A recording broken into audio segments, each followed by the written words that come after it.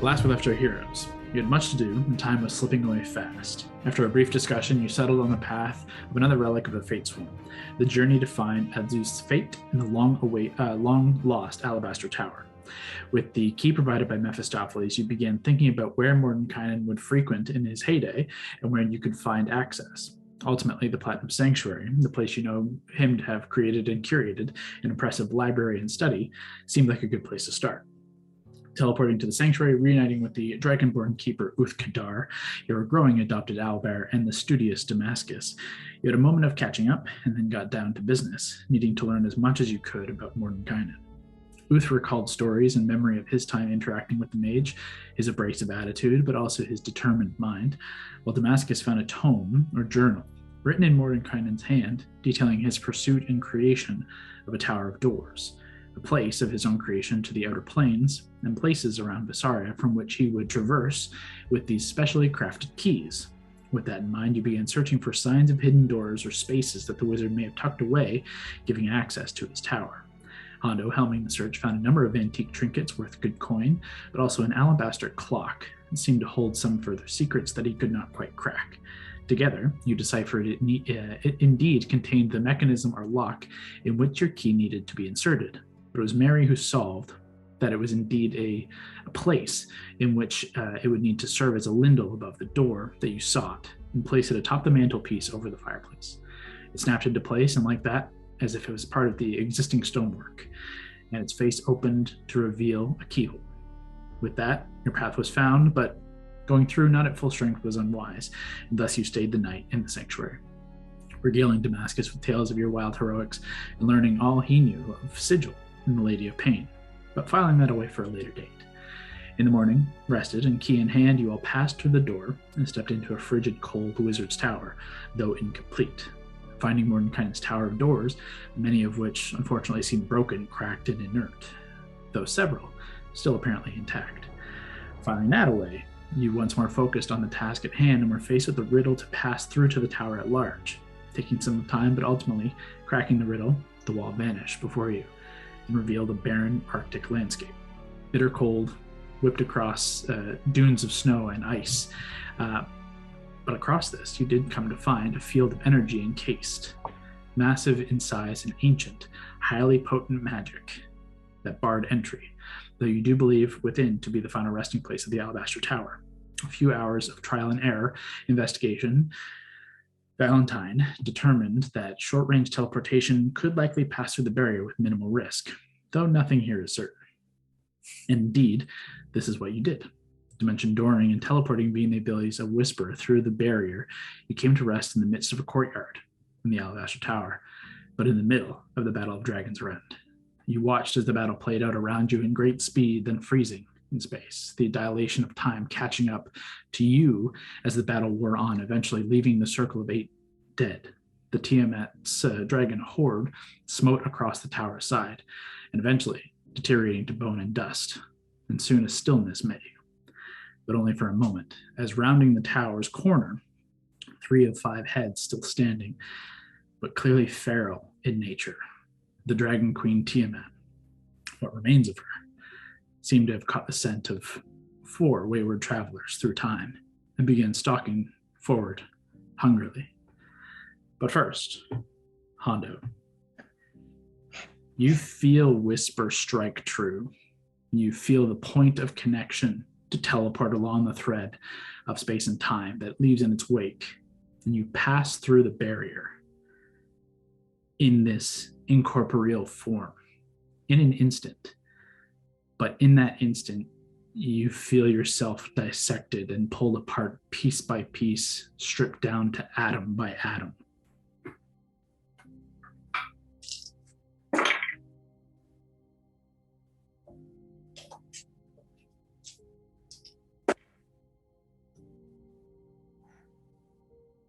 Oh, God, he has to roll multiple times.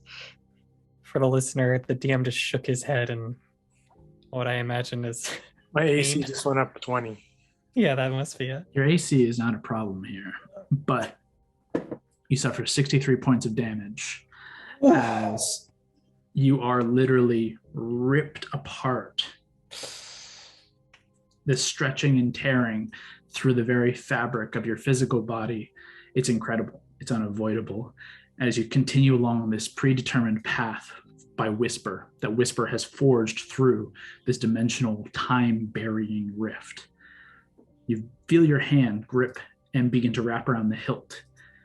And slowly, painfully, you feel yourself begin to rebuild from the point of Whisper outward. The rest of you... Very well acted. Valentine, you had previously engored with your passive. The two of you to your right, you see Whisper like point down in the stone and ice, and you can see like a bone hand, 3 fingers and just a bit of a thumb beginning to wrap around. And just as Tiamat kind of catches your eye and you begin to pull in that way, you can just begin to see flesh, muscle, and tissue beginning to kind of sprout around the bone. But that's all you see, as I need everyone to roll initiative. Is the tissue scaly and blue?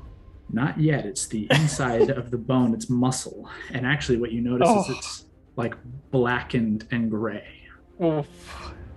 Just think of Windows 95 rendering. It's slow, so dial up. The characters It's going to take a second. Or Kevin Paranja's 12-year-old MacBook. That's right. Yes. By the way, we are doing a sponsorship tonight. If anyone wants to give Kevin a new computer, we're very open to that. I always screw this up. Does Brawley get bonuses on, or does Brawley get advantage on initiative? Is that what you get? I believe so. Now I do. Which is good. I need everyone but Hondo to roll initiative, please. Damn. As we switch Mine was over low. to... You don't have a battle cam, do you? Oh, no. Oh, boy. 19, motherfucker. Oh, coming in hot, Gord. Let's get, 25 to 20, please. 23. Mary, 23. Gord with 19. Yep, I got 19. 15? And Allie? 11. All is right. All That is was right, with an no. advantage. That was with advantage. I God. rolled a 4 and then an 11. It feels right. Yeah. Sorry, Val, what'd you get? 15. 1-5. Oh, that's right. Sorry, I wrote Gord as 15, but it was you. All right. Gord's a 19. Oh no, what'd you get? What's your dexterity, 7. Allie? My dex? Yeah. I was rolling 30. Plus 1, 12. Thank you.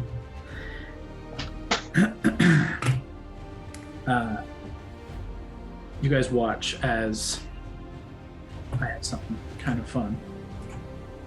Multiple cams. What the fuck are you doing to me? What? You guys there on the lower right, obviously, you see Alana, Mary, Shot. Valentine, and Gord. Just above Gord's head there, you can just see this kind of triangle. That's a little D4 that is going to represent Hondo and Just behind him. Whisper coming in. But obviously it's Tiamat there coming down. You can see 3 heads, not the atypical 5 that you would expect, but she roars and begins bounding towards you with a red, white, and blue head still intact. The red is the central head that is just kind of staring you down, while the white and blue are like fairly sniffing and just writhing. There's a lot of movement to the body. As Mary, you have first initiative. Boy, Okay. this is dope. I think... Fuck. How far away? Sorry, I'm just trying to see how big the map is. 5, 10, 15, 20, 25, 30, 30, 40, 45. You are roughly 50 to 70, 60 feet from 75. Yeah. I'll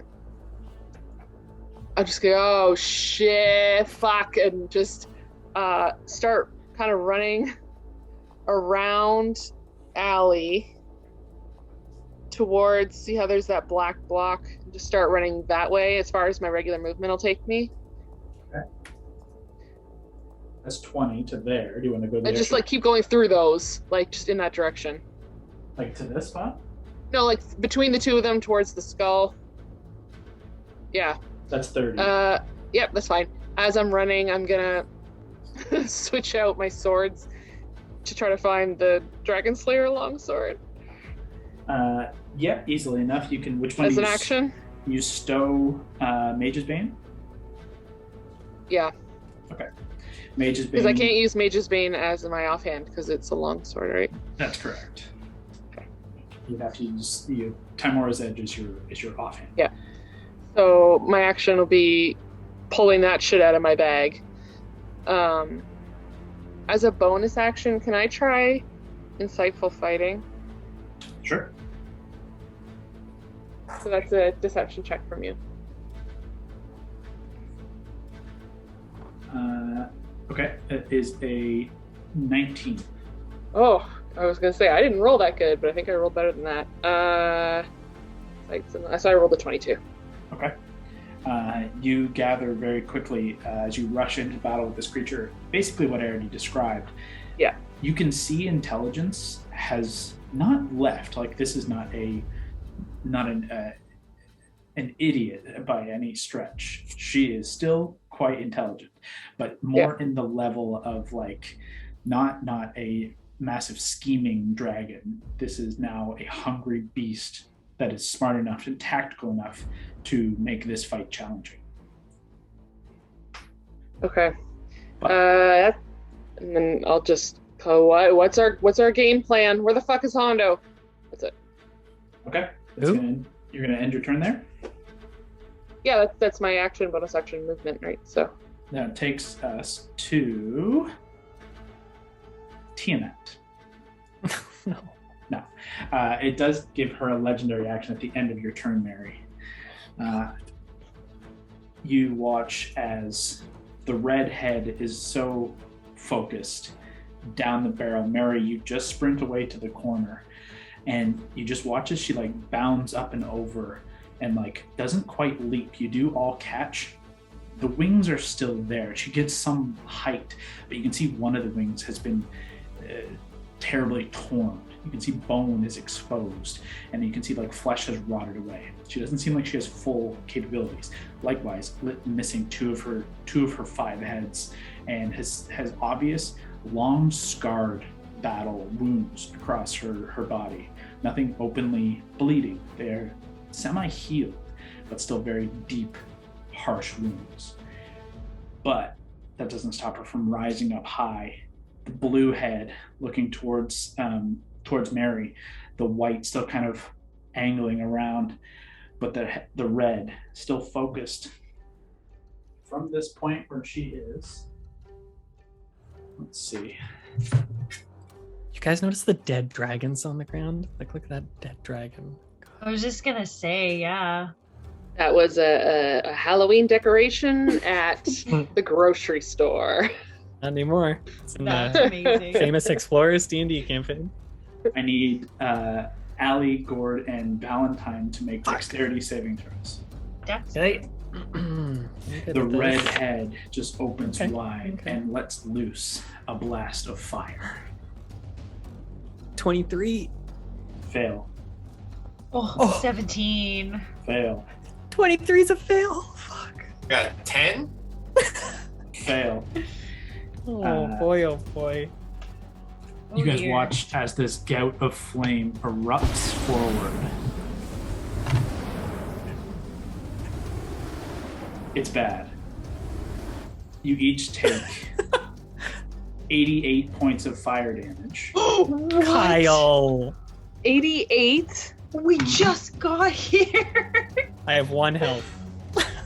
Oh my god. god. I'm cheering for you to fuck him up. Fucking drag it up. That's a legendary action. Gord, it's your turn. That's a legendary action. That's not even a normal action. Woof. Why, Woof, Gord? woof, woof, Do woof. something. I will cast Penance Stare. Yeah. Okay. Is there a range on that? Yeah, double check the range because you are fairly a long ways out here. 30 feet. You're gonna have to get way closer than that. She's on the ground though, right? Yeah, she's not pulled herself up. That was just like her rushing forward, but the red head unleashed the gout of fire. Gordon, Mark, how much health do you have? 10. Oh my god! if you want to use it, that's how close you got to get, but you can do Let's it. do it. Okay, it's an intelligence Alright. save. What's the save? Charisma. Charisma save. Oof. All right, let's see.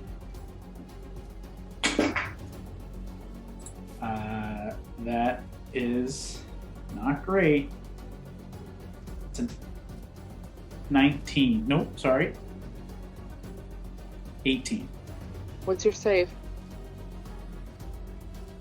Where do I find that? Your DC? Your spell save.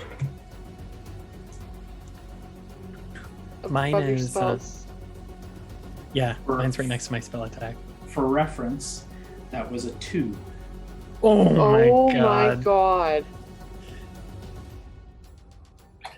Top of your spell. Oh, because it's like it's in my features, and this thing is in my features and traits. It's not really a spell. So No, but that's why. it still uses your spell save. So whatever on your spell page is your spell save. I can pull it up if you need. Oh, sorry. Save DC. Mm-hmm. 18. Oh. And 18 meets the DC. Unfortunately, she still takes half the damage, if I'm not mistaken, but is not stunned. That was a good idea. That was a good idea. That was a Still takes really half good damage. idea. So what is it, like And- 10d8? Roll some Ds. Oh, that was a lot of dice. 37. I love hearing the sound on procs. It's so good. So she takes half of that is 15 and 3, 18. Okay. Gord, you rush forward and you attempt as you just stand there, feel like you rush through the fire and just like you've got this one shot, you bring down all of the weight of the Raven Queen through this penance stair. And unfortunately, she's just too hungry. As a bonus action, I'm gonna far step behind that T-Rex on the ground. You got it. Away. Idea. That's a great idea. Yep, that is going to give you concentration on far step. And That was a great turn. that pulls you Really in good that, idea. Brock, in that space, given all the cover there, you have full cover. So one thing that does do, just keeping in mind, that keeps you from seeing anything, but you are fully protected. So you'll have to either make your way up and over that rubble and that dinosaur, or around to the right or left, and then you'll be able to see. But right now you are full cover. Cool? Yeah, that's cool. Okay. That's going to end Gord's turn. Valentine. Okay, I'm going to very bravely run backwards towards the east side of this map, towards that rubble. Yes, please. I'm just going to try and hide behind that rubble. Oh, back here? Yeah, Yeah, you can get not to there. take the hide action, but just try and get some cover. Currently, if you don't go prone, this would give you half cover. Okay. If you go prone, it would be either 3/4 or full cover because you just don't have enough movement to get like fully behind this. Is it a free action to go prone? Yeah, I might do just- that at the end of this turn. it's half your move to stand afterwards. Gotcha. But yeah, Um, you can just drop if you want to. Then I'm going to cast Aura of Vitality. Okay. You've seen this trick before. That's one where I can do 2d. I think it's 2d8 on a bonus. 2d6 if I'm not mistaken. Let me pull it up. Yep, you're totally right. 2d6. And I'm going to cast it on myself with the bonus action. Sounds good. Give yourself Because a then I little got health. 1 health. Fuck, is that a waste? Sorry, guys. 7 health to me. And that's- then I'll just go prone and be like, what the fuck is happening? You drop That gives you full cover, I'd say. If you're going to go full prone, you drop fully. Yeah, literally there. just like army crawl on my stomach. Like, what the fuck? Obviously, you know that if something were to get on melee in you, that could get bad. But in terms of like breath weapons, you would have full cover. Okay. So that is action to cast, bonus action to use. Just before you drop, you begin to see the muscular tissue and more of an arm reforming around Whisper just as you drop. Like you can see a blue scale in skin beginning to reform around, but you can see just before like real healthy tissue comes, it's decayed and black and almost like regrowing and de-aging. It's pretty cool. Hondo at this stage, you suffer another 8 points of damage. Oh no, he's still suffering. This could be bad. Can I dodge it in my semi-form self? You cannot do anything in this, unfortunately. But that takes us to Tiamat's turn proper. Are you still alive though, Hondo? What's your health at? I'm still alive. I'm Okay. pretty good. I'm still going.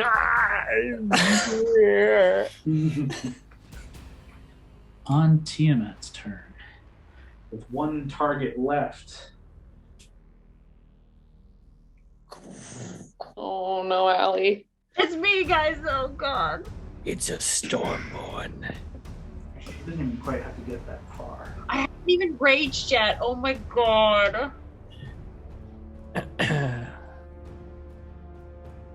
Oh no, Mary, you're still in sight.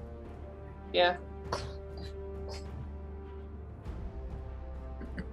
Damn, time to teleport us out. It's not a bad idea. We'll probably have to deal with this at some point. You can certainly try. Oh, great. Thanks. We did take a shitload of damage getting in. I wonder what Yeah. getting that's gonna be like. Okay. Mary, you are seen. However, it is Allie who is the focus here. So the bite and claw are going to go for Alana, but the tail is going to swipe around and strike Mary. However, I need both of you at the beginning of this to make wisdom saving throws. Val and Gord, you are null. You're safe. We're squeezing our eyes sweet. closed in fear. I rolled a natural 20, but that's probably not going to help me. Actually, hopefully it does. Hopefully. What's total? A 20. My wisdom is 0. Okay. 22 for me. Both of you fail. Oh. As the frightful presence of Tiamat is pretty scary.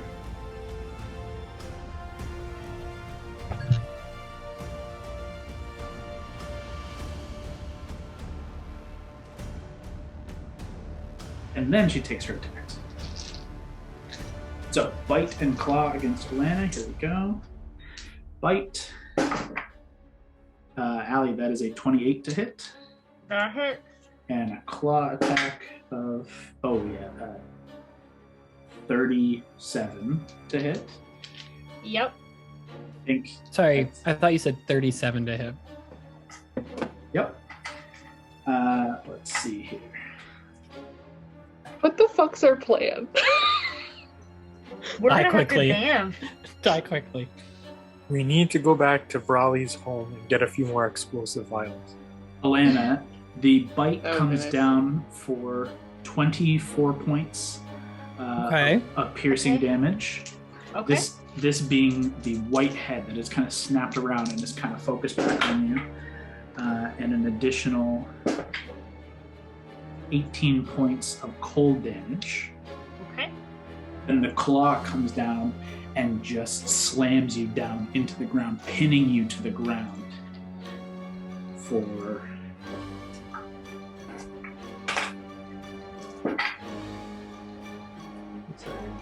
20 points of bludgeoning damage, and you are restrained beneath her claw as she pins you down to the ground. God. Okay. Mary, the tail attack just swings round and clobbers you for 24 to hit.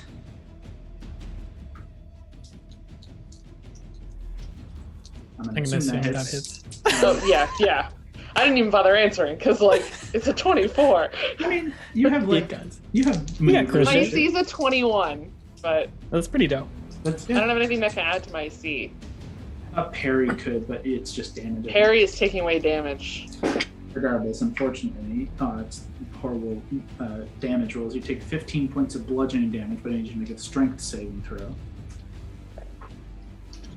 Oh yeah, that's pretty good. 17, 18, 19, 20, 21, 22, 23, 24, 25, 26. 26 just succeeds. Oh, just succeeds. There we go, guys. 26 is the save DC. Oh, that's good to know. The tail comes swinging around and breaks that skull in half. And you watch as it comes. It clips your legs, and you kind of do a barrel roll up and over, and you flip, landing in landing properly. That could have knocked you on your ass, but you succeed, taking 15 points of bludgeoning damage, and that's going to end her turn. Takes us to Alana. Okay. I will rage, first of all. Nice. If That I seems can. like it makes sense. Good Yep. idea. I'm very angry. And afraid. And you And then she's I just got the obviously- claw on top of you, pinning you down, and the white head is just coming around, and her red head is staring down. You can see the blue is a little distracted, looking towards Mary's direction, but two massive dragon heads just staring you down, 10 feet away. Go ahead. What are you doing? Can I hit her? Oh yeah, I can? Okay, I wasn't sure if I was grappled or anything. You are restrained, so if I'm not mistaken, it gives you disadvantage on the attack. Okay. Attack rolls against have advantage, and the creature's attack rolls have disadvantage. So you have disadvantage to attack her, just as she's literally pinning your arm. So you're trying to just strike, and it's just not dealing quite as much damage. But I will remind you as well, you can take reckless attacks and get advantage. So you can basically give yourself a straight roll. However, the penalty there is any attacks against you would be at advantage as well. Okay. But she's doing 37 to hit on a normal time, so it might be worth it. Precisely. Kind of like a, Yeah. Weighing your options here. Brawl, does your new hammer belt have a kill dragon queen goddess ability in it? Or... Right. It was. I did have it in the beta, but I did kind of swipe it out of the beta. It's so unlucky. I know. So unlucky. If you guys had just got it a little sooner. I need a second wind too, but I'll. You can't You need rage. to rage Yeah. more than. Yeah. So I'll do Stormbreaker. Okay. Yes, baby. So it's 1d8 plus 8 and 1d10 plus 8 because it's got the two of them there. Oh, it's so you can versatile. You can hold it with two hands to deal a D10, or you can throw it or hit it with one hand, and it's a D8. Okay. If you throw it, it deals an additional 2d8 to a creature of this size. So it'd be 3d8 on a hit. Cool. Whoa. That's pretty Okay. dope. And as you're just laying on your back, just throwing up at her, I think that would be no problem. It's still at disadvantage unless you take the reckless. Yeah. Then you can do it. If you take reckless, you can do a straight roll. Okay. I'll do reckless then. Okay, go ahead. I mean, it's fair. She's probably going to hit you almost no matter what, so. So that is 27 to hit. That hits. Go ahead and roll Oh damage. God, fuck. Okay, hold on. So it's 1d8 plus 8 and then an extra. Extra 2d8. Okay. Get it, girl. Get it, girl.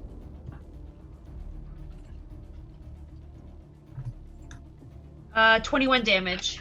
Okay. Oof. Yeah, you can just see as you're pinned down, but you just chuck the hammer up at one of the heads. It just cracks into the one head, then flies back down, impacting your hand, smashing into the ground, leaving a crater in the ground.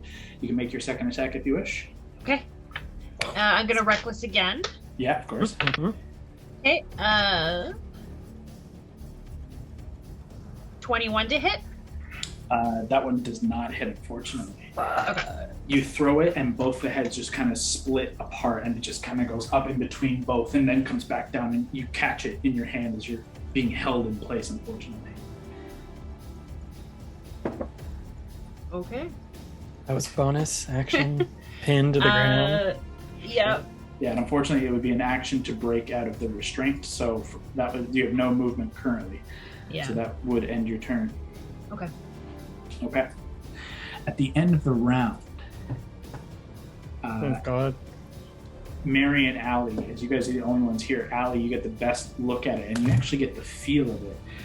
You guys watch as there's no obvious or ripple around the room, so to speak. You're in open territory, but everyone feels this sudden kind of shift and change. But you watch as Tiamat withers in place, and you just watch as scales just flake away, and her strength falls back. She actually shuffles and hunches. Alana, you are still prone, but no longer pinned, as she kind of recoils in pain.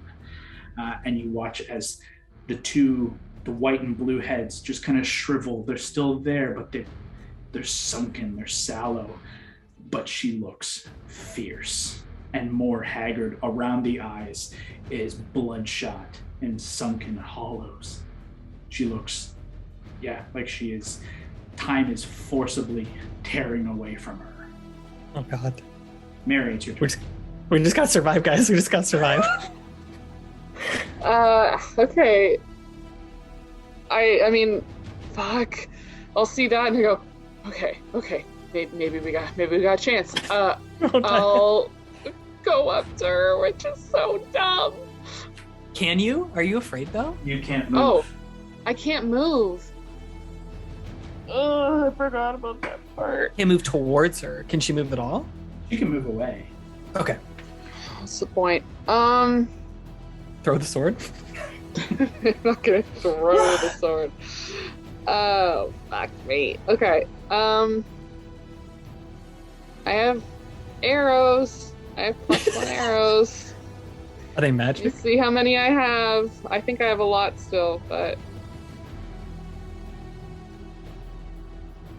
Don't you have fireball or chain lightning? Something. no. See, I got a sword Oh, okay. that's Sorry. specifically for hitting dragons. Oh god, I don't have a lot of those +1 arrows left. Fuck me. Now's the time. Yeah, I'll try.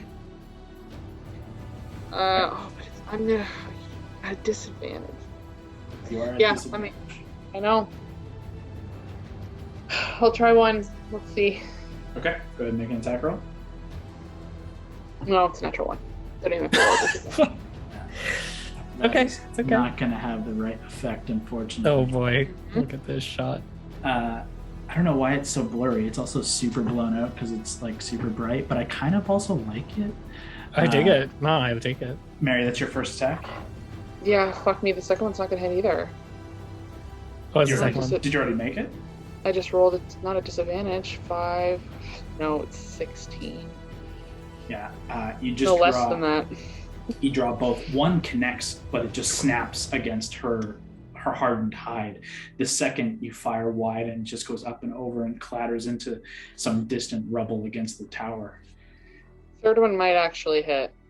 Okay. It's a 25. At disadvantage. Yeah.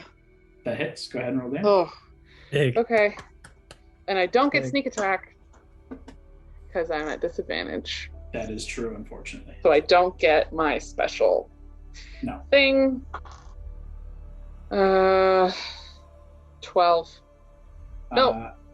13 because it's a +1 arrow. You got it.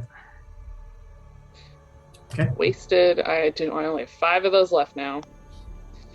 This final arrow, as you just try and steady your nerves, you draw back and fire, and as the blue head comes down and is already edging towards you, and you can see lightning crackling in its mouth, it pierces its right eye, and you just watch as the head rears back up and screeches this horrid, hollow, dry howl. That's your attacks. Mm-hmm. I can't move closer to it. No. The fuck So- out of there. From Oh, an that's helpful. Thank you. overview, Yeah. You can move away. You can move left, right. Could I move? Because where she is, Is that skull still intact, or did she destroy it? It's like partially intact. She's kind of split it, so like you could in theory move through that space at difficult terrain. That's fine. I have a bonus action dash still. Okay. So I'm going to just move kind of towards, not the fallen pillar that's right beside me, but see the next one. See how it's kind of a diagonal that way. Oh. But yeah, just in that direction. Okay. Basically, if Allie and I can not be scared anymore, maybe someone can flank at some point is the goal.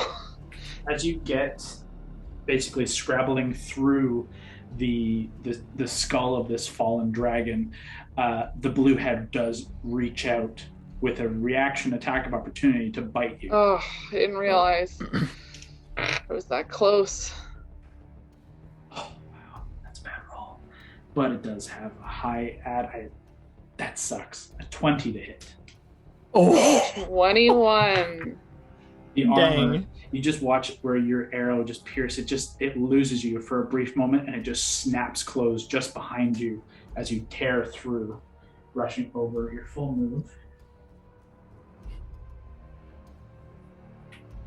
End of turn. Bonus action.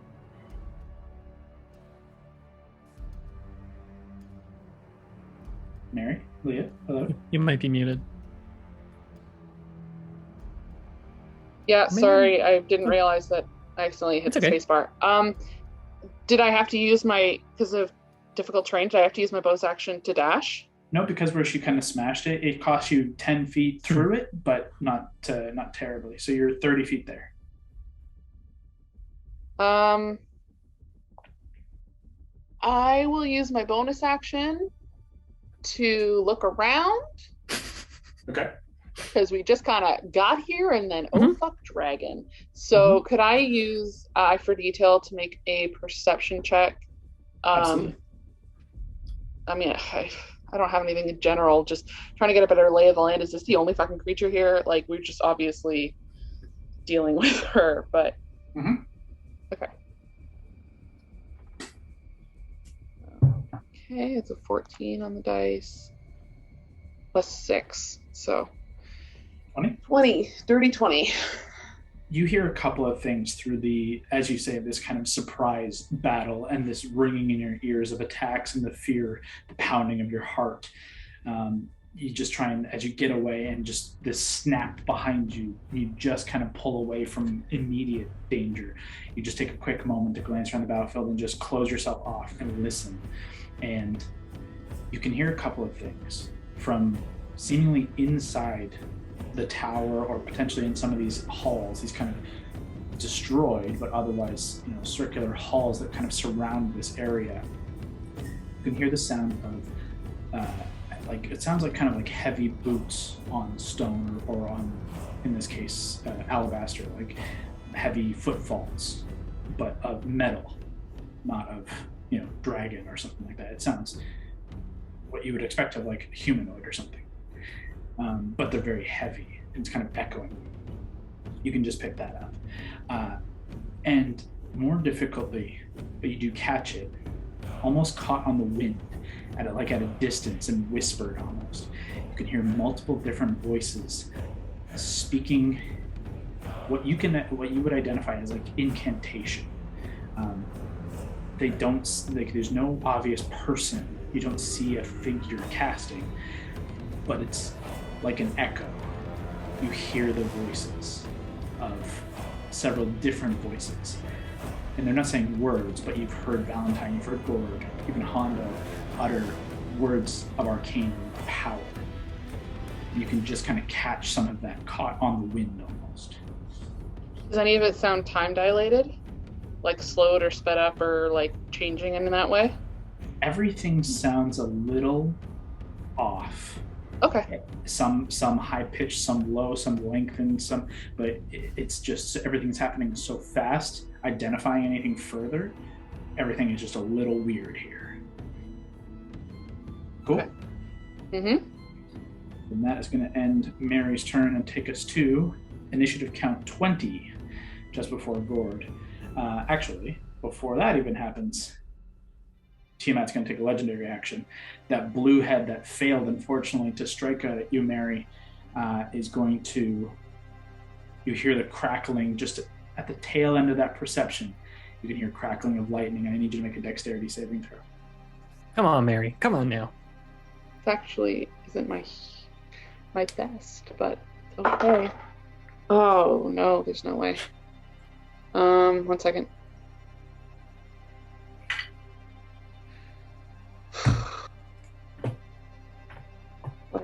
What's my health at? I'm gonna use Indomitable.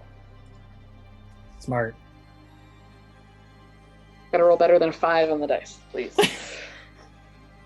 So that mean automatic save? I just get another try. Yes. Oh god. It's just another roll. It's not a legendary. Stress. I have to use the new one, but I mean, like, a 5 is definitely a failure. That's a 17 on the dice. That's much better. 24. Unfortunately, still fails. Oh, it was so close. It was worth it. It's worth it. You were so just trying to identify those last remnants of the sound with your perception just as you turn back, preparing yourself for another round of combat.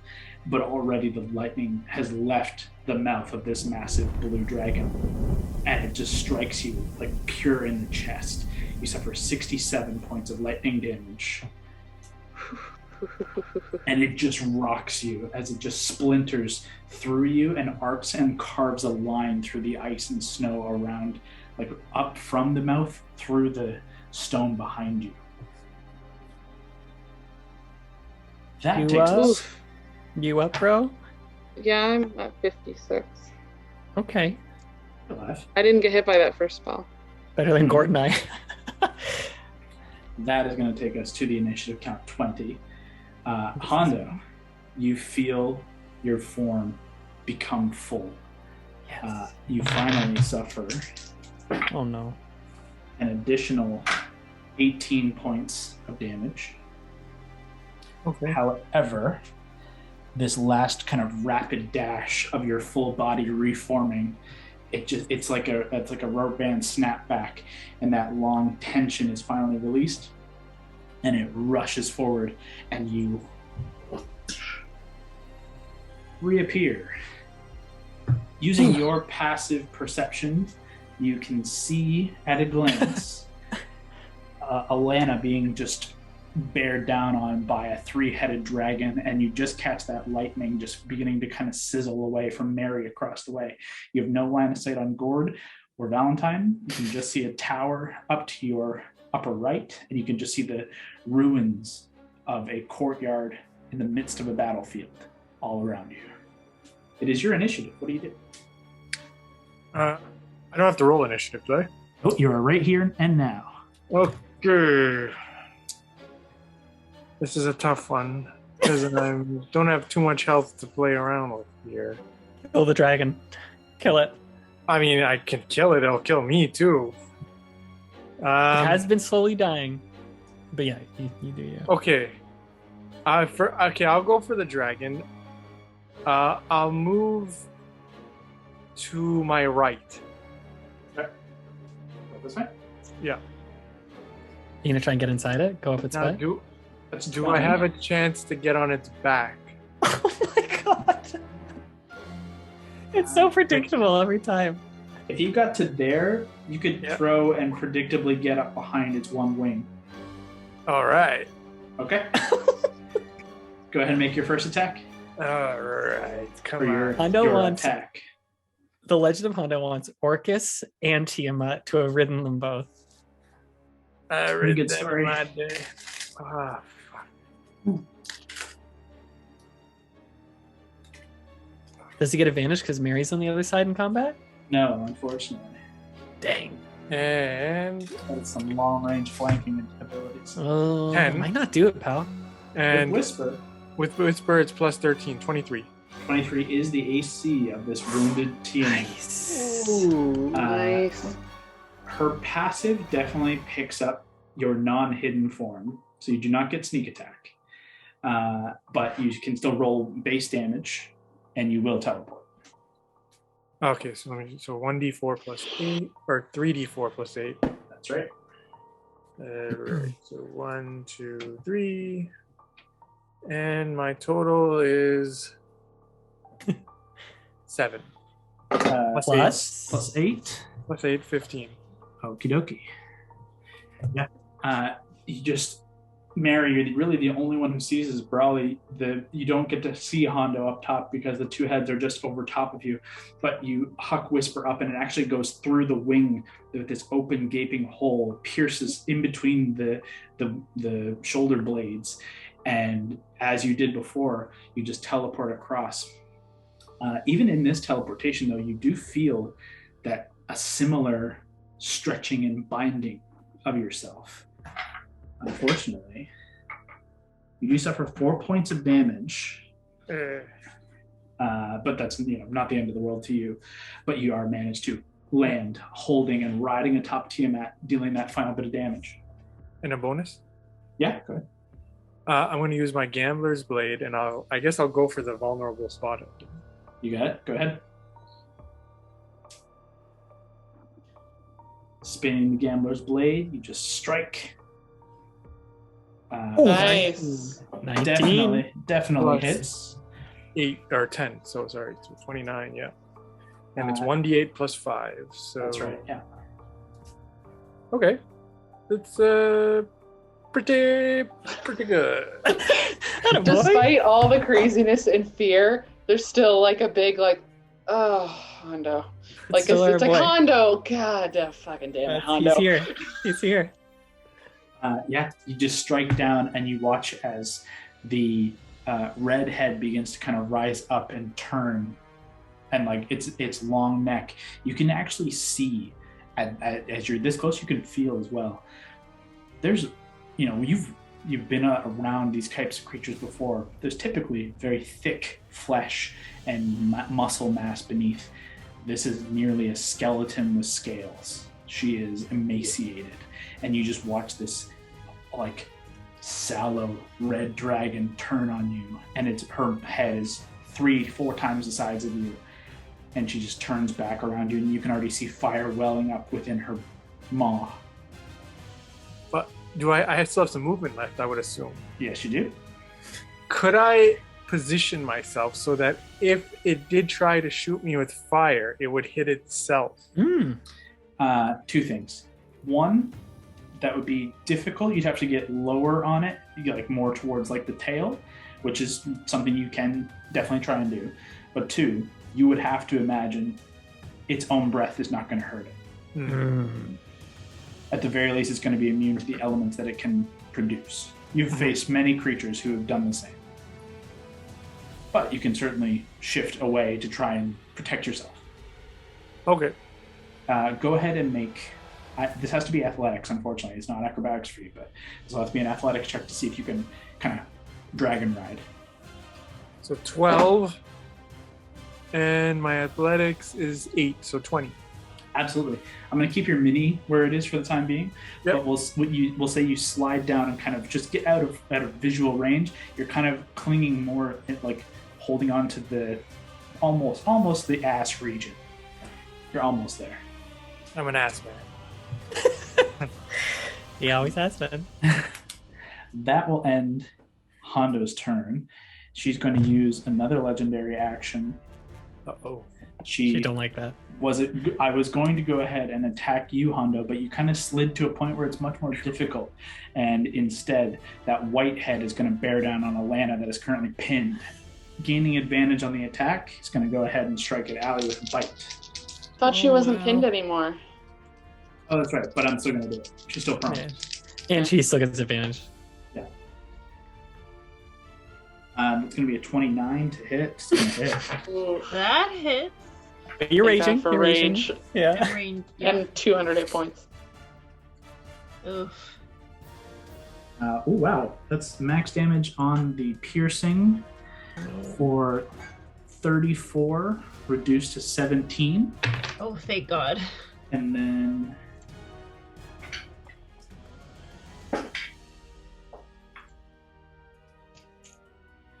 20 points of cold reduced to 10.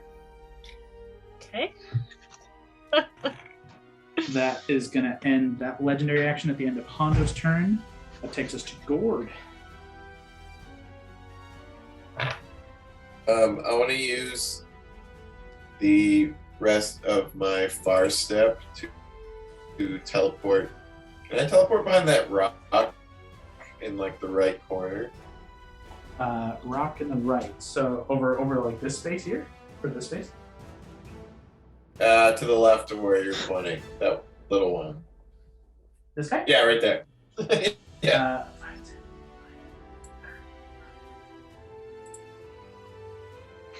Yeah, it's exactly what you can do, actually. You can move your full move to here and then teleport to there. That's so cool, Brock. That's your full move. You had to use your action, like your full 30 feet of movement, and then your 60-foot teleport, and you arrive. Yeah, that's cool. Dope. Okay, that's your bonus action to do that. Now I'm wondering if I cast a spell that, like, if it hits in a 20-foot radius. If Hondo's on the top there, if I was to cast it lower, does it only hit like at that level on the ground? Does that make sense? I see what you're saying. So essentially, you're going to cast. Think of it like a massive ball, but you need the middle point of the 20-foot radius has to hit a point. You can't just detonate it kind of in midair, right? So to hit this eruption, I essentially want to cast it and damage the dragon without hitting Hondo.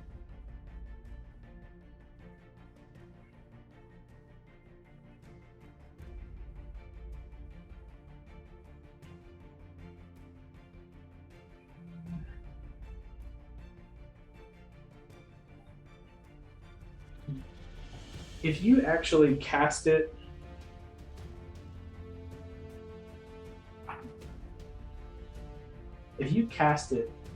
at that point there, you would avoid everything except Tiamat. You would avoid all your friendlies, and she would just get hit by the edge of it.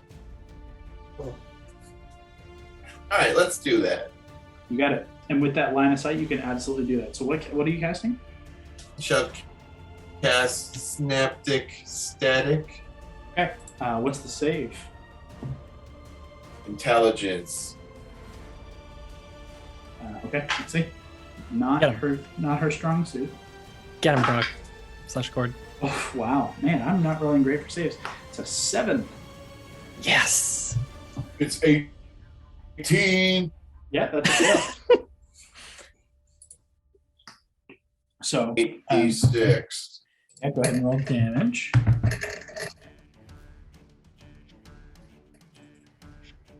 $24.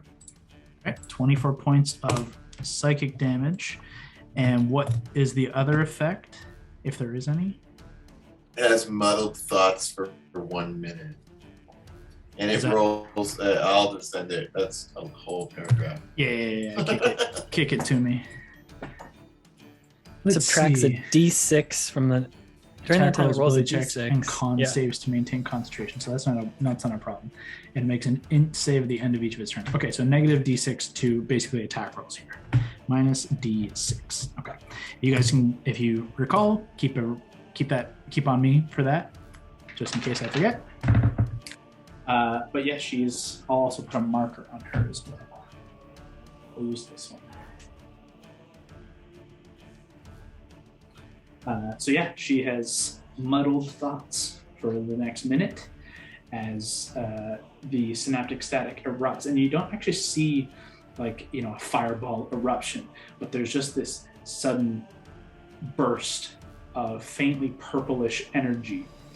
Alana and Hondo and Mary, you're just on the fringes and just safe from it, but the blue head is caught fully within it, and it's just kind of shaking and rearing its head, and the red and white close their eyes really tightly, and there's just a moment where she just hunches really low altogether, and then just kind of erupts out, and all three heads roar.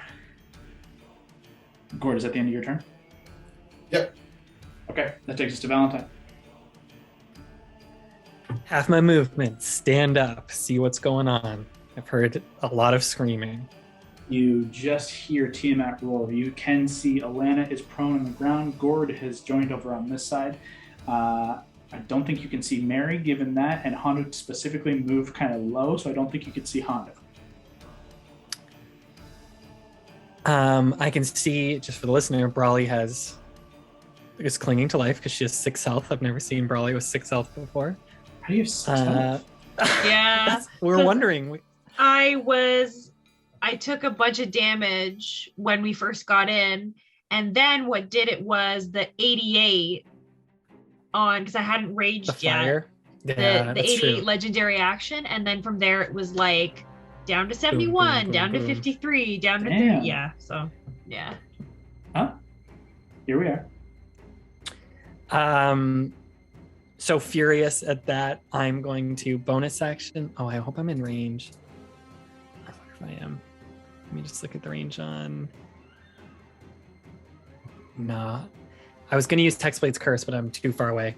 So I will bonus action heal myself with that thing. Yep. 2d6. Let's just do that now. Great, 3. So let me just add that.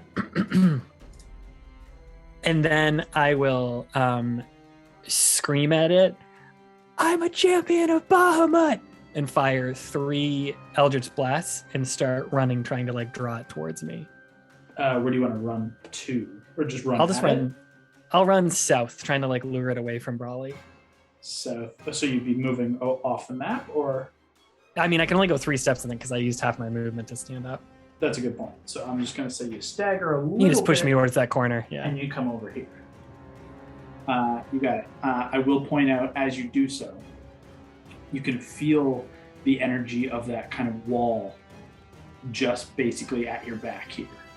Like there's an edge where you guys passed through this before, and this is kind of the limitation of this space.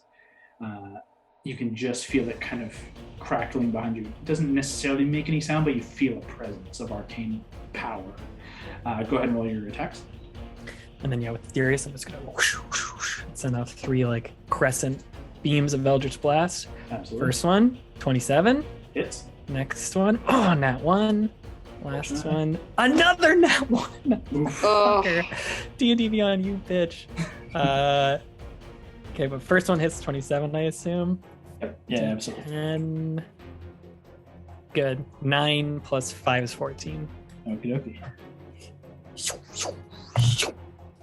Yeah, you definitely catch the attention of the red head. It swivels in your direction. You can see it's still kind of squinting hard against the synaptic static that just went down. But as you call out and it just gets collided with that one right square in the snout, it just burns its eyes towards you, forgetting about Hondo for the moment. That's your action, bonus action, and movement. That's the end of your turn. That's it. Not have any further legendary actions, but it is its turn. Oh, fuck me. It looks around the space. Good job spreading out, guys. We did a good job. Damn. You guys watch as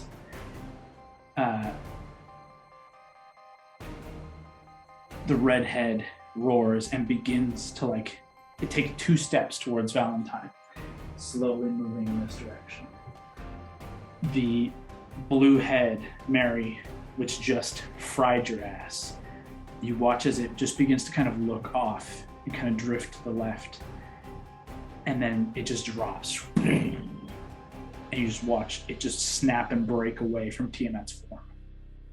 The white head, which is now kind of circling around Alana and about to just dive down, does so, just slams the head down, but the jaws just impact around your body, Alana, and you just watch as its flesh turns to ash, and you are trapped beneath a skeletal head. But you're, trapped you'll be fine, but it is just kind of is around you.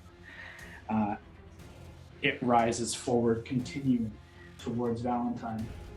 Hondo being pulled alongside. But Hondo, you feel its flesh begin to kind of flake away. And if you want to, you can try and maintain your hold, or you can drop. It's your choice.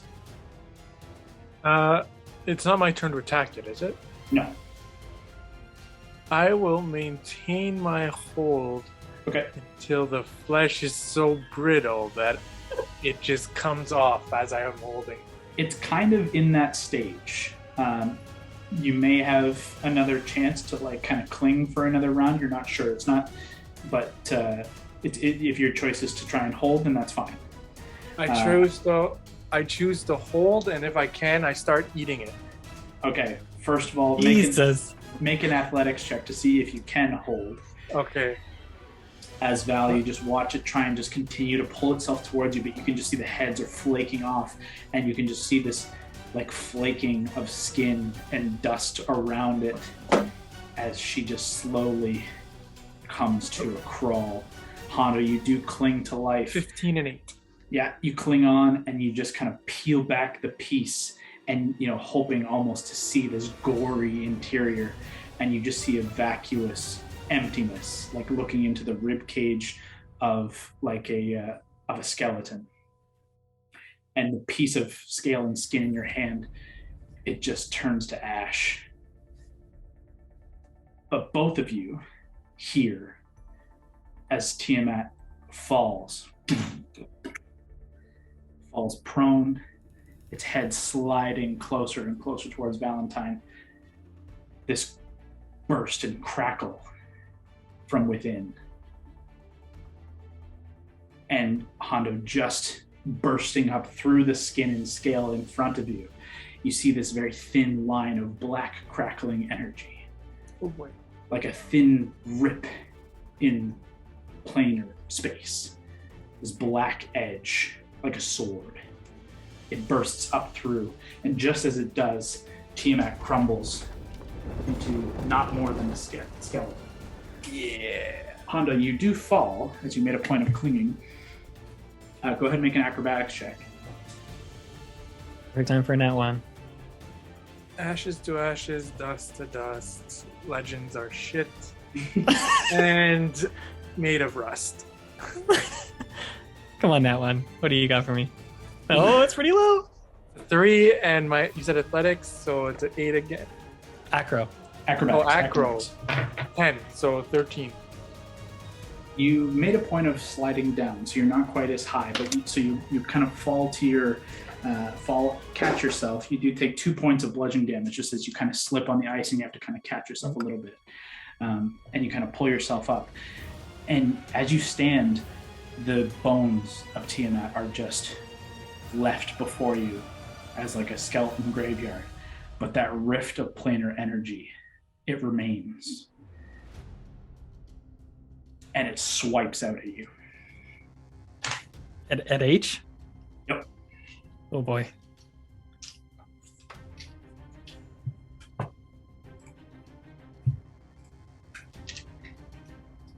Hondo, a 12 to hit you. It was not a good roll. Nope. As you land and kind of slide in the ice, this blade is kind of quivering in the air, unsure of what to do, and then just pierces towards you, and you just kind of pirouette around it, your shadow boxing ability coming to your aid, as it just kind of hovers, frozen in the air. That ends Tiamat. But the fighting is not over yet. Oh no. This blade of force, Val, you can see it's not done. Alana, you roll over and you can see it's still kind of quivering in the air. From all around you.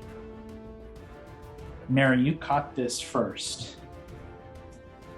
But at this point, everyone begins to hear these echoing kind of voices, echoing crackling sounds and swirling energies, and almost popping into view, like you ticked over into this particular point in time.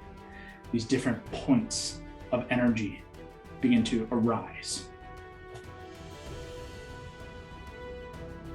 Mary, where the lightning bolt, the lightning breath ripped through you and like carved into the wall, you can see from that crack, this living lightning kind of rises up, just crackling bolts of energy in like snake-like form, just stares before you. Drifting up from near nothingness, this green cloud just begins to pour through the ground itself and rise into this cloud of dark, actually it's kind of bright green.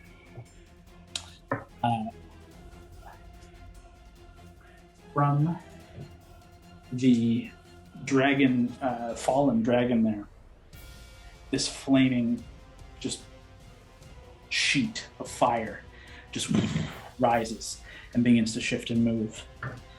And finally, rising through the rubble here, you see an arcane hand, this massive, kind of faint blue light, massive hand just rising up, form into a fist, and fly forward. I'd like everyone to re-roll initiative for me. Oh my gosh.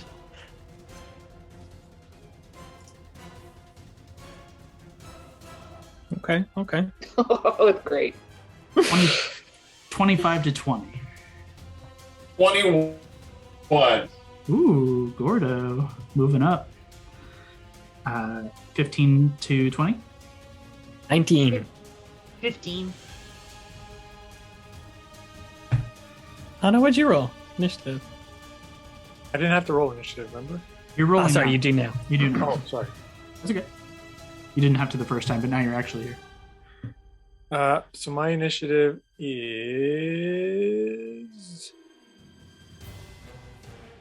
plus 11, 7 and 11, 18. Okay, perfect. Mary? Yeah, Mary, what'd you get? Big 8. Say ol' big 8? Yep. Is that a 1 on the dice? What'd you get? That's a 2 on the dice. Okay. That sounds good. As Gord, you see these kind of living forces of arcane energy begin to kind of rise around the battlefield. What do you do? Tell them to go away. You're still maintaining concentration on Far Step from before. Val, you still have concentration on your effect. The fear effects do fade as Tiamat has fallen. Okay, that's good.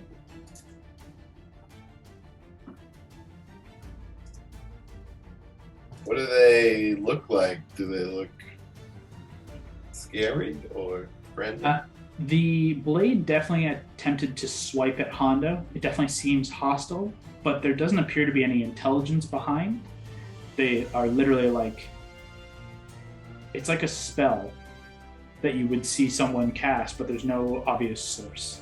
It's like mutated magic energy.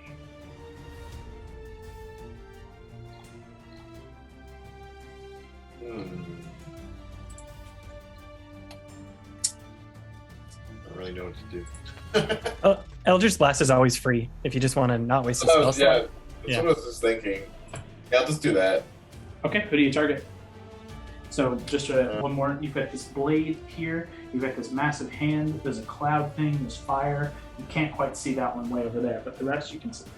I'll do the big hand. You got it. Go ahead and roll attacks. Too handsy. 25. Yeah, that'll hit.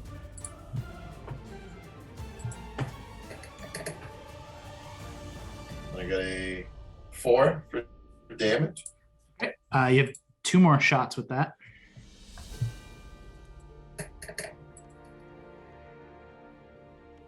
Six and 9.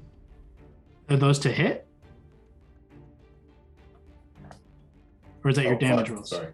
That's okay. So I'll keep 15 over here if you hit both of these. So do I need to roll 2 more to hit? Yes, please. All right, 15 15 misses, unfortunately. So that's your 6. and 21. 21 does hit. So that 9 will go through with your second damage roll there. What is that? Okay. Yeah, you watch as 2 of your Eldritch Blasts do collide with this energy hand, and one just kind of goes up and over and just passes through the kind of arcane barrier that you passed through before down along this side here. And the hand just kind of swivels in your direction, opening and just kind of twisting in space. Seemingly you've drawn its attention. Then what do you do? You still have far So step in nothing case you want to get away from that scary whatever's like near you to the left. You could try and like teleport somewhere else if you want. It seemed to have taken that damage. It seems like you diminished it somewhat, just not fully. I'm gonna take my Soulbreaker chains out. Okay. Cool. And You can just you've already used your attack this round, so you can just have those prepared though. yeah, I'll just do that. Okay. You're gonna stay there though? I'll teleport back over where where I'm like closer to everyone. Unfortunately, you guys are kind of spread out, but you could come down along this edge where these guys are if you wanted to. Kind of. Yeah, that's good. Easy enough. You teleport kind of just in front of Valentine there. That is Gord's turn. That takes us to this blade in front of Hondo. It's just going to keep trying to attack into you. One more strike.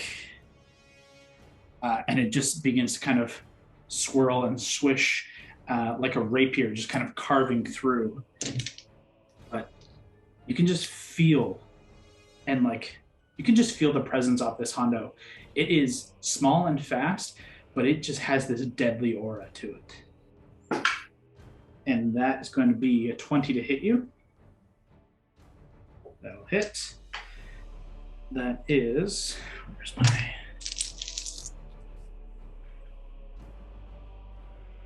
rolling. Okay.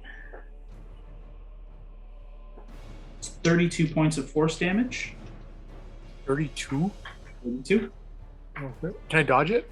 You can use your reaction, yeah. Take 16. Okay. Good call. Use your reaction, uncanny dodge. As you do see it, it's moving really quickly, and as it does carve through, you just kind of move out of the way, but it cuts through your forearm, and where it cuts through, it's like, imagine what being cut by a lightsaber. It just carves through with no resistance and leaves just an open, burning wound that then cauterizes as it pulls back. And you can just see this thin, deep gash, and it hurts like hell.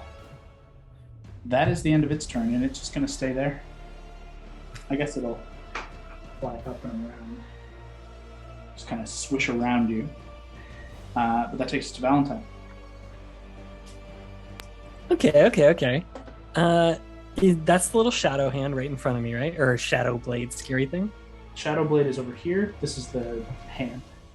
Oh, is that my boy Gord in front of me now? Gord is just in front of you. He just teleported there. Oh, my best friend. I will... Hey, best friend. What's your health at, Gord? You still at like 10? I think you are, so I'm going to give you some health with my bonus action thing. So let me roll 2d6s here.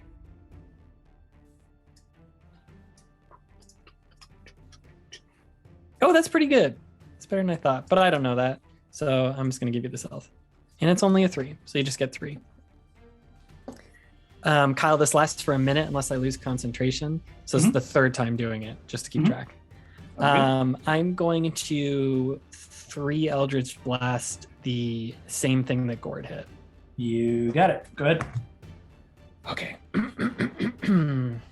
Gord, sorry, you got 3 more health, just in case you didn't hear me. 3 Eldritch Blasts. 1. 21. 21 hits. 20. 20 just hits. And 14. Okay, so 2 hit, 1 miss. So 8. Oh, great. And 14. So 22. Sounds good. And you just watch as where Gord struck it, you strike it again, and you can just see these cracks kind of breaking within the arcane that's holding his hand aloft. And it just kind of swishes and moves out of the range of that last one. But it just seems to continuously, like it's headed in your direction. Would it be right to assume that the bottom of this entire screen is like the edge of the wall? That's right. Yeah. I'm scared of being so close to this wall. You guys are kind of right in a corner here. I'm scared this hand's gonna smack us right into this wall. So let's I'm going to run like northwest to try and move away from this wall. Even if that gets me closer to the Shadow Blade. Yeah, that sounds good. 30 feet is right there. Perfect. Yeah, that's good. Okay, doke. That's your action, bonus action, movement. That's the end of your turn. That's me. That takes us to this target here. Alana, as you are on the ground here, this fire just kind of rises up and over and begins to engulf you. I need you to make a dexterity saving throw. Oh.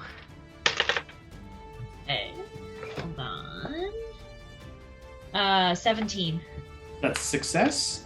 You take half damage. And then halved again because you're raging. So from 12 to 6 to 3. Okay. Take 3 points of fire.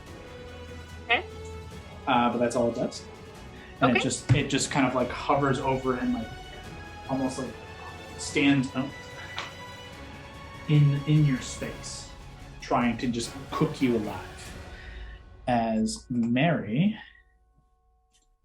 let's see, this bolt like rises up around and then blasts forward. I need you to make a dexterity saving throw for me.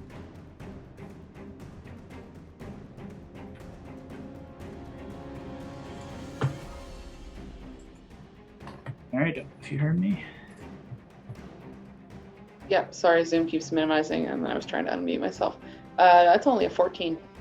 That is a failure, unfortunately. You're going to take 24 points of lightning damage as this bolt just shoots forward.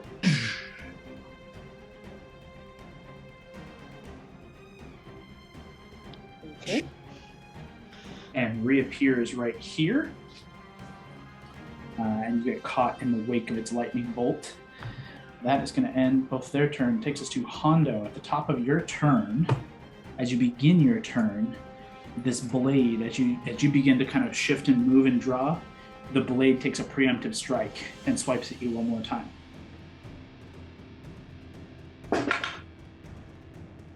That is going to be an 18 to hit you. Nope. And also, I shadow box a lot, so that's advantage for me. Absolutely. Shadow advantage. You're prepared, you're ready, you're keeping your eye focused on this thing, and you're watching and you're understanding its movements. It may not have full intelligence, and you're able to kind of read what it's doing, and you do manage to dodge out of the way of this dangerous blade, but you take your turn. I will use Whisper. And so as I understand it, it's coming from the ground, right? It's floating. Floating, okay. So I'm going to use Whisper, and I'm going to aim for the hilt. Okay.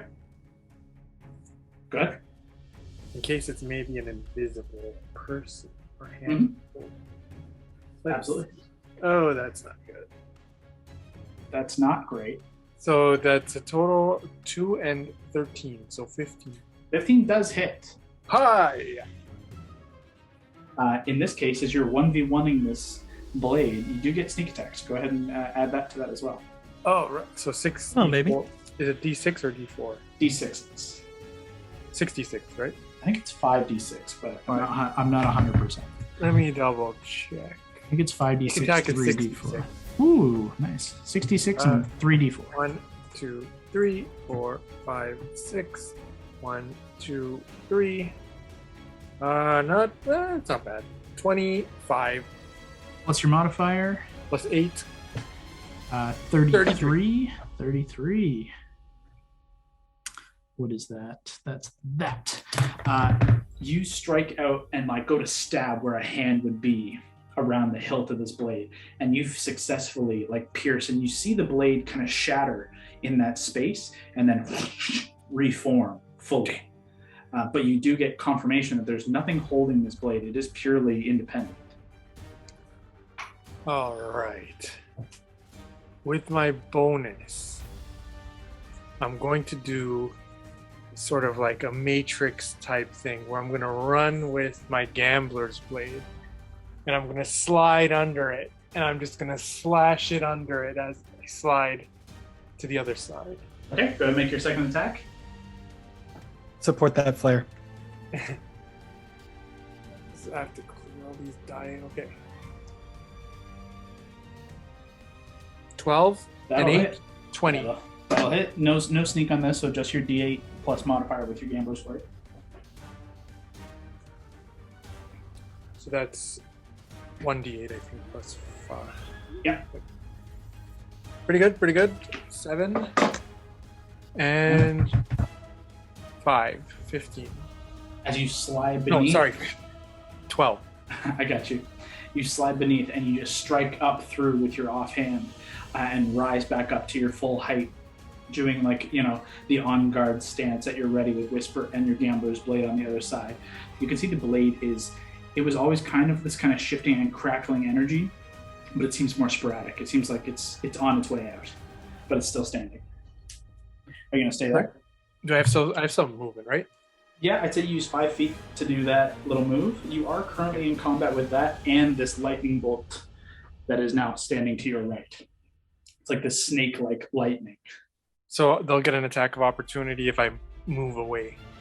Yes, as you use your bonus action to attack instead of to disengage. What if... I I can't throw Whisper somewhere and try and teleport away, can I? Not that you've already attacked with it, unfortunately. Okay. And I guess I have no option but to stay where I am. You got it. Hondo holds his ground. That takes us to Alana. Okay. Am I able to do because I'm definitely gonna second wind, but am I able to do like a Dwarven Fortitude where I just kind of like roll back, like dodge and get away from the fire, but Absolutely. also heal up as I'm doing it? Yeah, so go ahead and roll your dodge ability and your second wind as you tuck and roll backwards, getting back to your feet, kind of rolling up and away and taking a defensive stance. Okay. I rolled a 12. Ooh. And for the hit, I remember to add your Constitution modifier as well. Okay. And then your D10 plus your fighter level for your second win. Okay. I will point out that if you do not sustain damage for the top of your next turn, your rage will drop. Okay. As you take a full defensive round.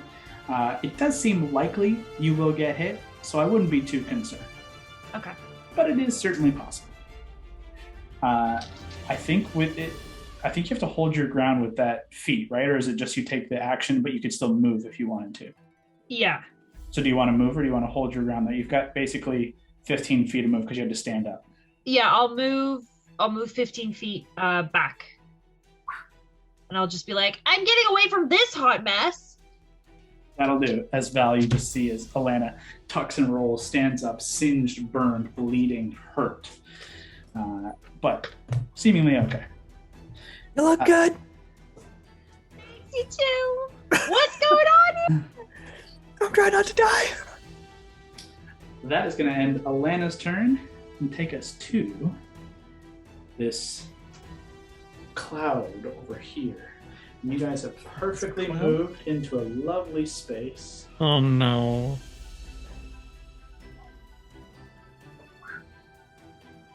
Oh boy, oh boy.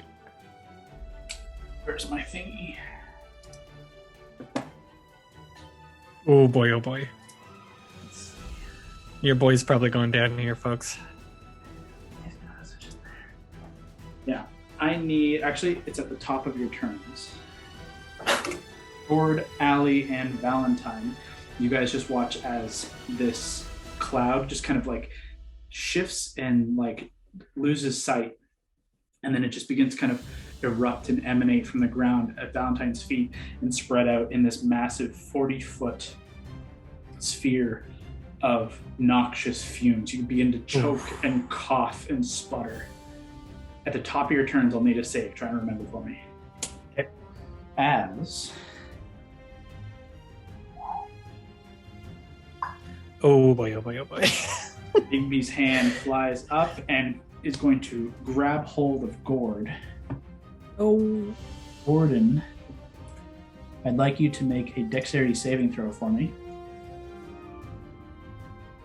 Gordon. I rolled a 14, but can I use luck? Yes, you can.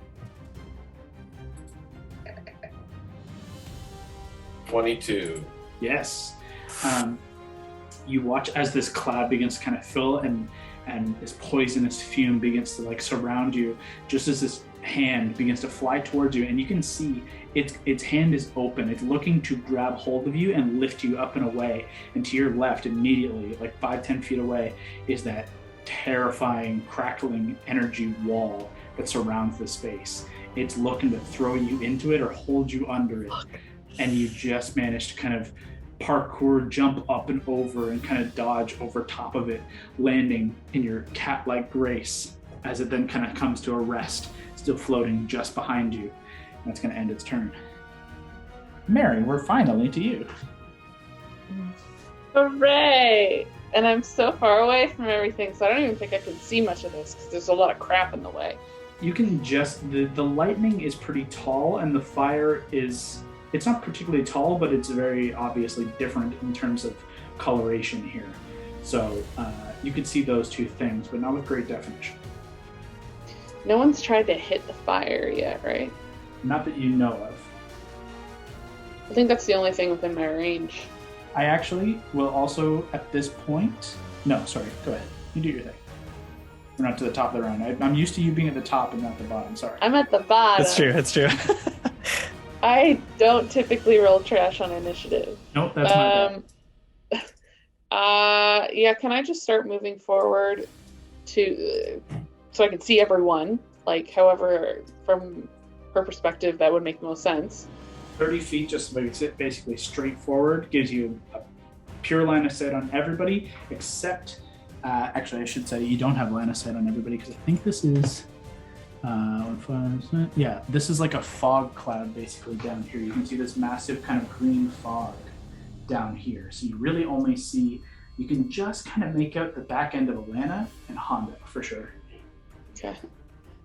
I'm gonna go ahead and assume that's Hondo's fog cloud that he thought was a good idea for some reason. It looks different. It looks green and poisonous instead of Hondo's typical kind of fog. Okay, and can you remind me, is Hondo by himself, or does he have two things on him right now? He's got two. Okay, he's in melee of both this kind of, the lightning bolt that you saw, that is now this kind of snake-like lightning, and this weird, like basically like a sword of black, forceful energy. Okay. I had what I thought I wanted to do, but that might change it. No, I'm gonna have to second wind too. Okay. Bonus So action. I'm gonna have to use my bonus action for that. I wanted to kind of dash to get in melee with something, but I will do that instead. What are you at? I'm at 30 total, which isn't terrible, but like it could very quickly become not good. But it ain't great. No. 30, 40, 50, 60. Now I just got extra 19 hit points from that. Nice. High level. That is great. High level. Okay. And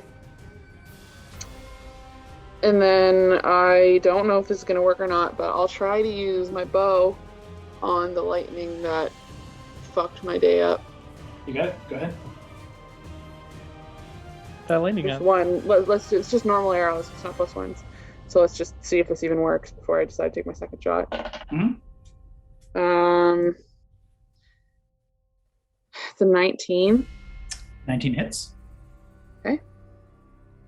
Do I get sneak because Hondo's there? You do. Okay. Ooh, that's pretty good.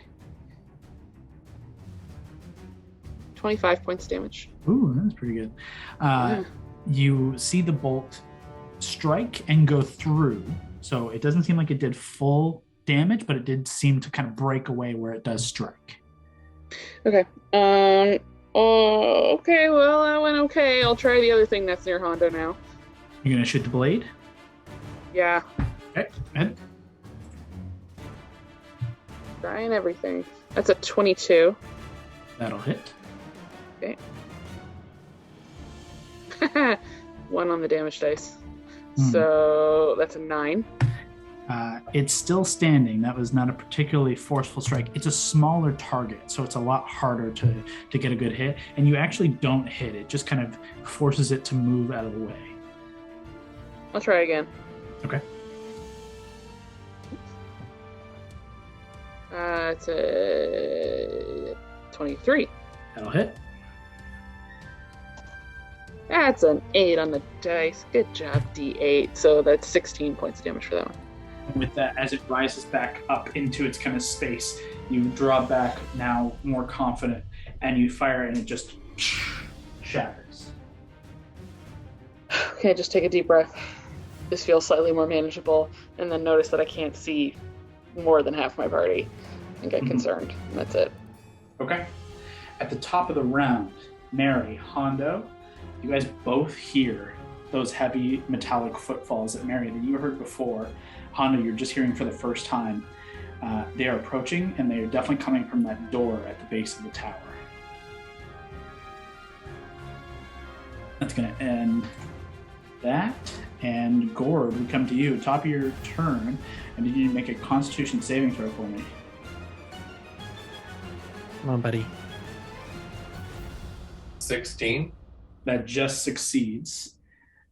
You would take 22, reduced to 11 points of poison damage. Oh boy, guys. I got 21 health left. That's enough. You get to continue your turn. This arcane hand is right at your back, but you have your turn. What do you do? I'm going to hit it with my Soulbreaker chain. You got it. Go ahead. Make your attack roll. 12.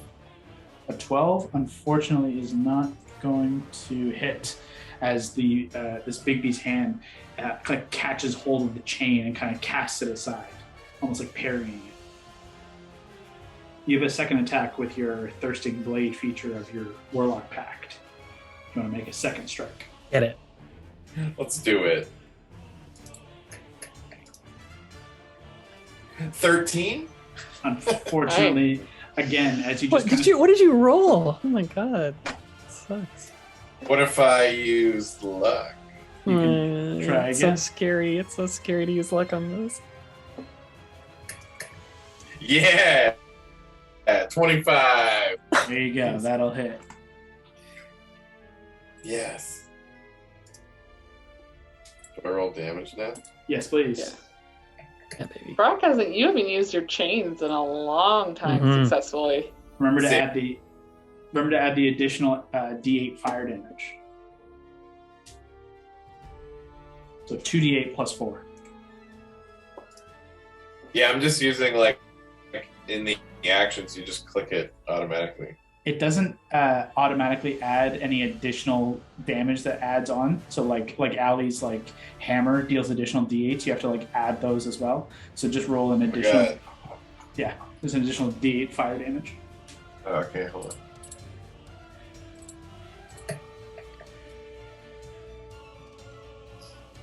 So I rolled another 6. Okay. With 12 points, that's just enough. As it casts off the first strike, the second, it just kind of spins around, and you wrap it around, and as you tug back with the chains, you rip it in half, and this hand just dissipates. There's no Clutch. sound. It just whoosh, fades. That is your action. You have your bonus and movement, and you are still within this sphere of poisonous gas, just on the edge.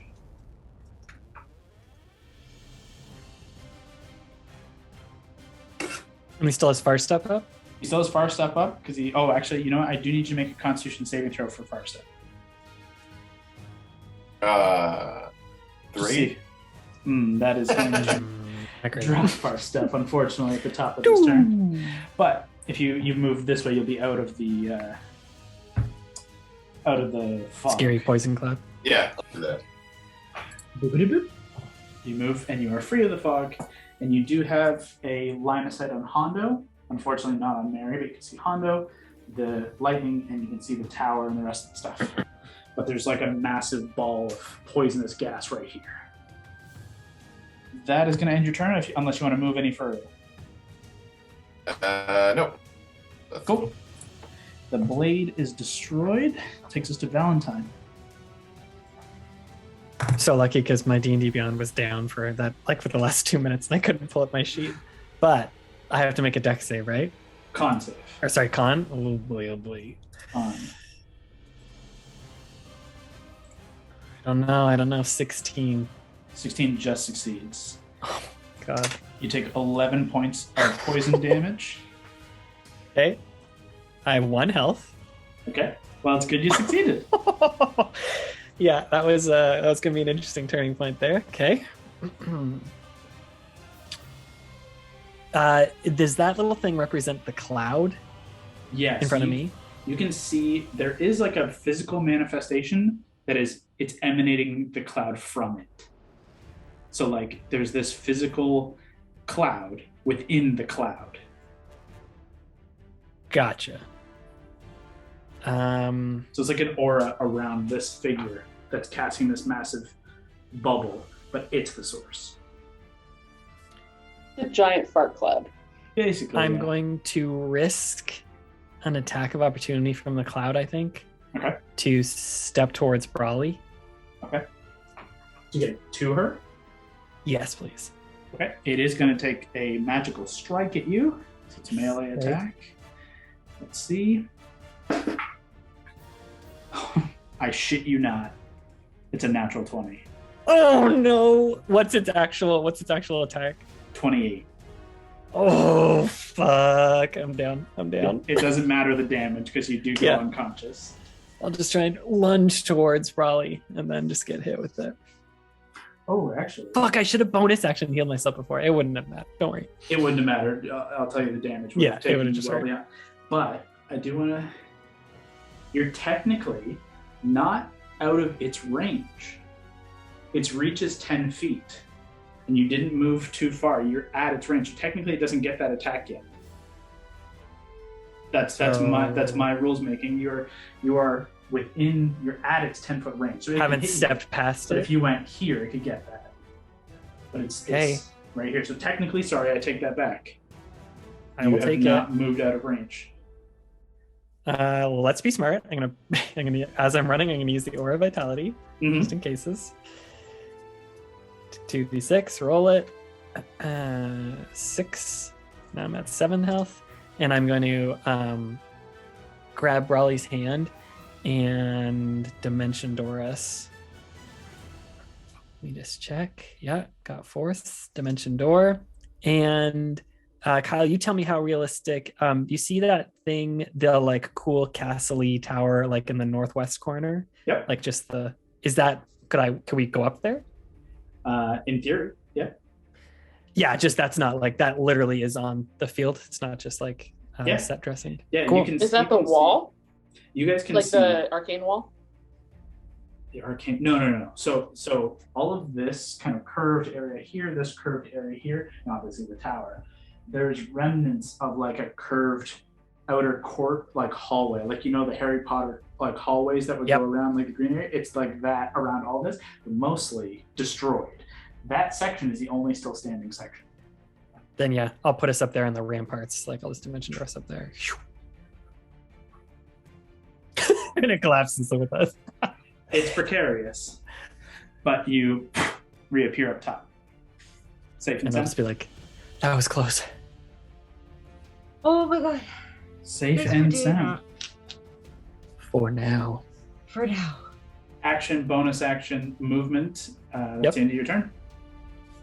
Yeah. That takes us to this bolt of lightning. The bolt is, let's see, hang on. Nope. The bolt is just going to punch Hondo in the face. Lightning bolt punched him in the face. It did not get its lightning bolt ability, so it is just going to jab Hondo. Zap zap. Jab number 1. Jab number 1, Hondo's a 21. Jab number 2 is more. 24. Unfortunately. How much health are you at? 20. I mean, I'm definitely going to put you down here, so hang on. So if I dodge? That's a good point. You're going to want to probably do it on this one. Because I mean, what is my shadow boxing advantage? I should get like a quarter. You're looking at it. So the first one actually isn't too bad. It's only 14 points. Do you want to dodge that? Can I wait to see the next one before deciding? No. You either you say you dodge now or you hold it and dodge the next one. I'll dodge the next one. Okay. Oh, he's such a gambler. Wait, Yeah. what do you want to do? Yeah. I'll do it. 14 points to you, so mark that off. Okay. And then...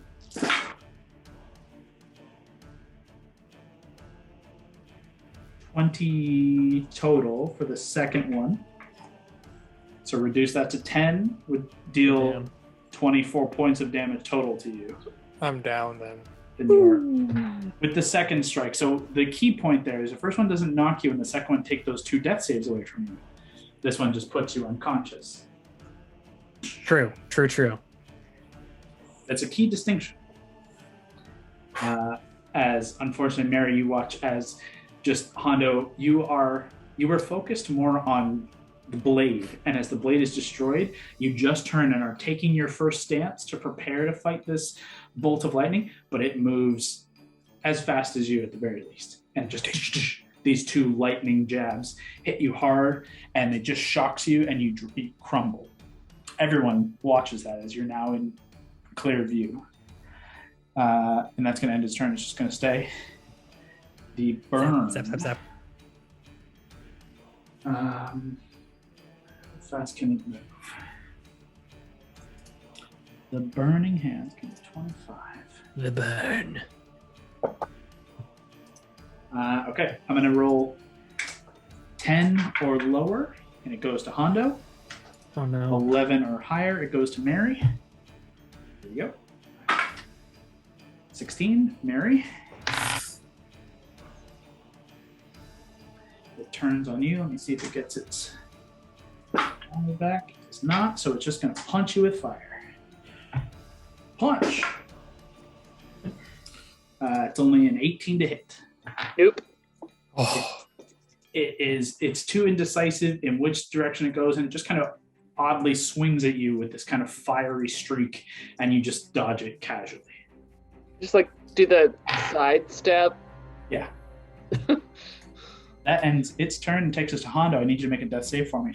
Oh no. Come on, Kevin. Remember, you have to subtract your gambling blade from this roll.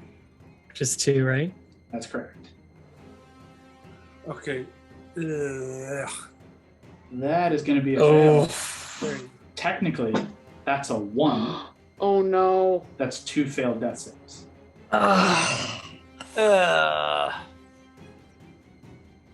H.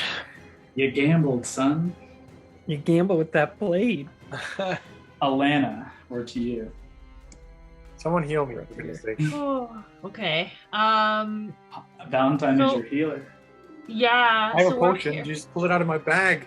Can I use the? Actually, Allie, at the top of your turn here, your rage does drop, Okay. as you did not take any damage. Okay. So keep that in mind. Okay. In that case, I will rage again. Okay. And I have that cure wounds in the gem. Mm-hmm. Can I use that on Val? Yeah. Okay. Yeah, because there's no way you can get to him. He's way too far. Yeah, No, I do he have is- because, and the thing is, like, if I can't like throw it down or anything because it'll shatter. So Yeah. I do have potions. He's We like use- upwards of 90 feet from you at this point. And you already Yeah. used the cloak too, so. And you guys would have Yeah. to jump down. I guess you could teleport this through. So sorry, Alana, if you want to use the gem, it's an action to cast on Valentine, just for action Okay. economy's sake. So if you want to do Okay. that, it's a Sure. 2d8 plus, it's a Valentine who put it in there, so it's plus 5. Okay. So you got 3, and then the 5. So Val heals 11. 11. Thank you. So it's your action to, you put the gem to his chest as you guys are kind of having this moment away from the fight. the gem's energy is expelled, so now it's just kind of a hunk of I gem can write that down. that you can kind of pocket. You use your action just to get angry as you watch Hondo fall, and the rest of this encounter kind of slowly coming to some kind of a head. Are you going to stay up there? Are you going to try and jump down? What are you going to do? I'll just kind of turn to Val and say, what do you want to do? Should we go get him and see if we can get him up? Okay. Yeah. I have a bunch of potions. So you're going to try and move? Should I... Do you want me to wait until your turn to teleport? Because I can't... If you fall off, you'll take damage, which is good for your rage. Yeah. And I could try and... I'll try and get close no matter what. Gord might be able to get him. I would just keep your rage so you don't lose it. I don't know how far up we are, though, Kyle. How far up are we? Oh, no. You guys are about 20 feet. That's not bad. Okay. 15, Can I, 20 like... feet. Can I do, like, a superhero landing? Yeah, absolutely. Okay. Jump off. Go ahead and make an athletics or acrobatics, your choice. Okay. I'll do athletics. Okay. Okay, 25. Yeah. Punch the ground as you land. You leap off and you just... you take 3 points with the proper all reduced of damage, which is very reduced, thanks to everything you did. Little crater, anime crater. You only have half move from this point, so you can move another 15 if you wanted to keep going forward. Yeah, I'll go 15 towards him. You got it. That ends your turn there. Okay. The cloud kill moves 10 feet away. This cloud shifts over to Gord. Gordon! Gord, you were trapped within the cloud once more. I'll just leave that right there. And let's see. Yeah, it's just gonna keep doing that. Oh, it can still attack and stuff. Well, Gord, you're kind of its only focus here. It's just gonna shift over to you. And you just see the cloud roll towards you, and it comes forward with a heavy swat at you with this cloud. That, it's only it's a 19 to hit you, Gord? Fuck. It's probably gonna hit. Yeah. Okay. Unfortunately, you suffer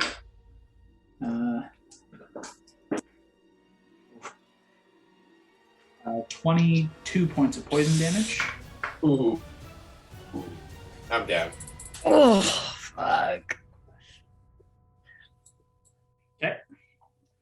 Oh boy, oh boy. This fight started with a fucking dragon queen. Oh god. That's a bloody lightning bolt. Cloud, that's the end of its turn. Mary, what to you? Oh boy, Mary. Fuck me. Okay. Help us. That lightning bolt, it's not like the fire where it occupies the same space as somebody, right? It can engulf, you mean? Yeah. It seems to have its own, space. Okay, so I'm gonna have to dash to get to Hondo. 30, Yeah. 35, 40, yeah. Okay. 30, 35, 40, 45. Okay. I think I just have a normal potion. I'm Have just them trying to written find down. it. I Mary have has 3. 3 regular potions. Yeah, so now I have 2. I'm getting deja Oof. vu. At least you're not in a Kraken stomach this time. Shortly after he teleported onto the back of a giant something. This is like the 3rd time this has happened. Okay. Someone remind me what a potion is, just a regular? 2d4 plus 2d4 plus 2? Mm-hmm. Okay. The 4. That fell off the table. That's a 4 again. Oh, Hondo, you lucky son of a bitch. Hondo heals That's for 10. 10. Mary, that is your action, bonus action, and you have 15 feet of movement left. So, sorry, that's 4 health? You heal 10. 10. Oh, perfect. And that's straight from 0 up. Thank you.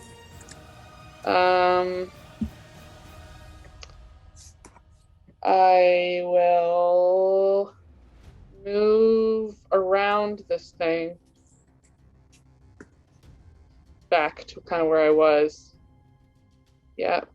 And just, can I see that alley or hear that she superhero landing kind of behind me? Oh, yeah, you definitely heard that. Okay. I'll call out, something's coming through those doors. Something fucking big. That's it. Okay. And I'll look around and try to see where the fuck Gord is, and I probably can't see him. You cannot. Gord is in, like, no one can see within the cloud. It's opaque gas. So unfortunately, this doesn't look good for our feline friend. Gordo. So we don't even know if he's down. Nope. Mary, is it the Did end we of your turn? hear that he took damage? No, I guess. No, you guys I are don't no know. one's a cloud go close. over him. Yeah, you definitely saw But the cloud. we know so- he's in a dangerous situation. I mean, you're all technically in a dangerous situation. Yeah. No. Okay, you would have a good idea that it's worthwhile to check on your party members that you can't see. I'm not going to say that, no, you don't know he's there. Like, no, it's Where is he? Who knows? it's understandable that you'd want to double check that everyone, especially those you can't see, are alive. But we're not Admittedly, there like, yet. I was around and behind things, so I probably don't know Gord was there, but, like, Valentine was just fucking there. I saw Exactly. where he was too. Yeah. Exactly. That's why it's okay. But that's the end of Mary's turn. At the top of the round, before Gord rolls his death save, you hear those footfalls grow finally louder and louder. And from the main entrance, you see the doors swing open. And standing in the doorway, you can see a large metal man. Singular orb-like eye sits within a large robotic frame. In its chest, this massive chest, you can see a circular plate of gold, this spinning kind of circular plate. You're all too far away to see anything on it, but on it you can see like script. It's been etched in script in this kind of concentric circles all around this plate, this massive plate in his chest. It rushes forward, a book in one hand, the other arm raised, and he says, "Welcome, valiant heroes of Vesaria." And he kind of looks around, and he says, the echoes of the past are not to worry about. They will soon pass. Uh-huh. Gordon, you roll a death save. Oh, God. Ooh. That's just a What do I straight roll for that? It's just a d20. D20. Yeah, just select Roll a... better than a 10. Ooh, next one. A 1? Okay. Just You lock roll it a- up. Yeah, this would be a good time. Yeah, That is because a two. 1 is 2 saves. That's It's 2 fails. So I have one thing of luck left. Okay. this is it. 19? Okay. Oh! That's It's really one, good. One success. Mark that down. Oh, man. I just kind of realized, actually, I unfortunately have to. You can regain that luck because you're caught in a poisonous cloud. That's my mistake for even having you roll. The poison seeps into your lungs. You automatically fail 1. So you It's not 2. keep your luck. You Not did roll true. 1. So regain that luck. That's my mistake. Sorry about that. That is the end of your turn with 1 fail, unfortunately. Okay, Valentine, okay. we're to you. God, so far away. And whose fault is that, Valentine? I was trying to save us. You fucking idiot. Hey, watch it. I'll leave you next time. Let me just check something. Oh, God, where are you? You still concentration? He's still concentrating on aura vitality, although I suppose you haven't been making concentration checks because I forgot. But I Didn't don't I know die? how much Oh, I damage didn't you die. take. No, I almost killed you. I took 11 that one time, so I could roll. Yeah, throw me 1. You have advantage. It's probably fine because you only have to hit a 10. But Let's if you see. fail both of these rolls, It's been a fun game. 3 and 13. So no, you're fine. And I just want to see the range of aura. I think it's 30. You are correct. It's 30. I will. Oh fuck! But I won't be able to do that then if I pop my wings? Fuck. Action economy. Oh.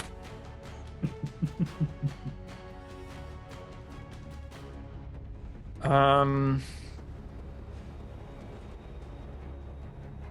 have to do it. I gotta get there. I'm going to look very worriedly. Kyle, you tell me if this is okay. Mhm. Do you think I can assume things are going very bad for Gord if where was a death cloud? You can assume, based on the fact that Gord wasn't looking great and there was a cloud that just encompassed around yourself, Gord, and Alana, you didn't see Gord after you took Alana out, and you don't see him now, and you have actually a really good perspective across the battlefield. Yeah. In this heightened position, you look across and you can see that cloud and you don't see Gord. So you could assume he's at least within it. You're not sure if he's alive or dead or what, but he's definitely in the cloud. I will Dimension Door again. Last fourth, pop over to that piece of rubble on the far right of the screen. This one up here or down here? That one is so I can hit him with my aura. Okay. And then trying to look through it, I'll just like try and just radiate that like healing energy from the Summer Queen and the Feywild into Gord, being like, Gord, are you okay? And heal for 2d6. You hear no response, but you feel the connection. So bonus action done, 1 and a 5, so 6 health to you, Gord. Gord, you heal up to 6. And that's pretty much it. I'll just be coughing.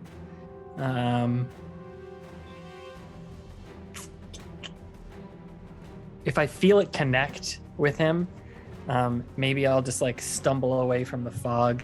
Heal 6, Gordo, towards the robot, the robot. With your full 30? Yes, please.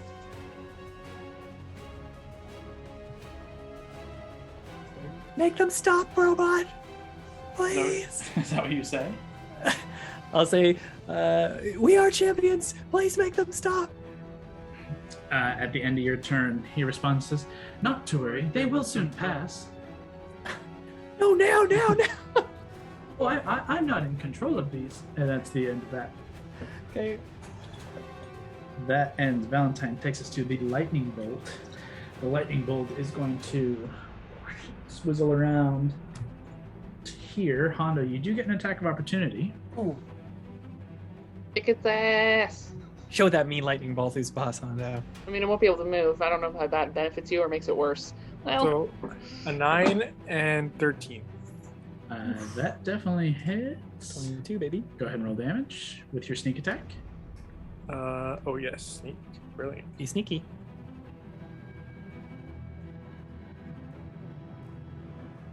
The total is not very good. Well, it's okay.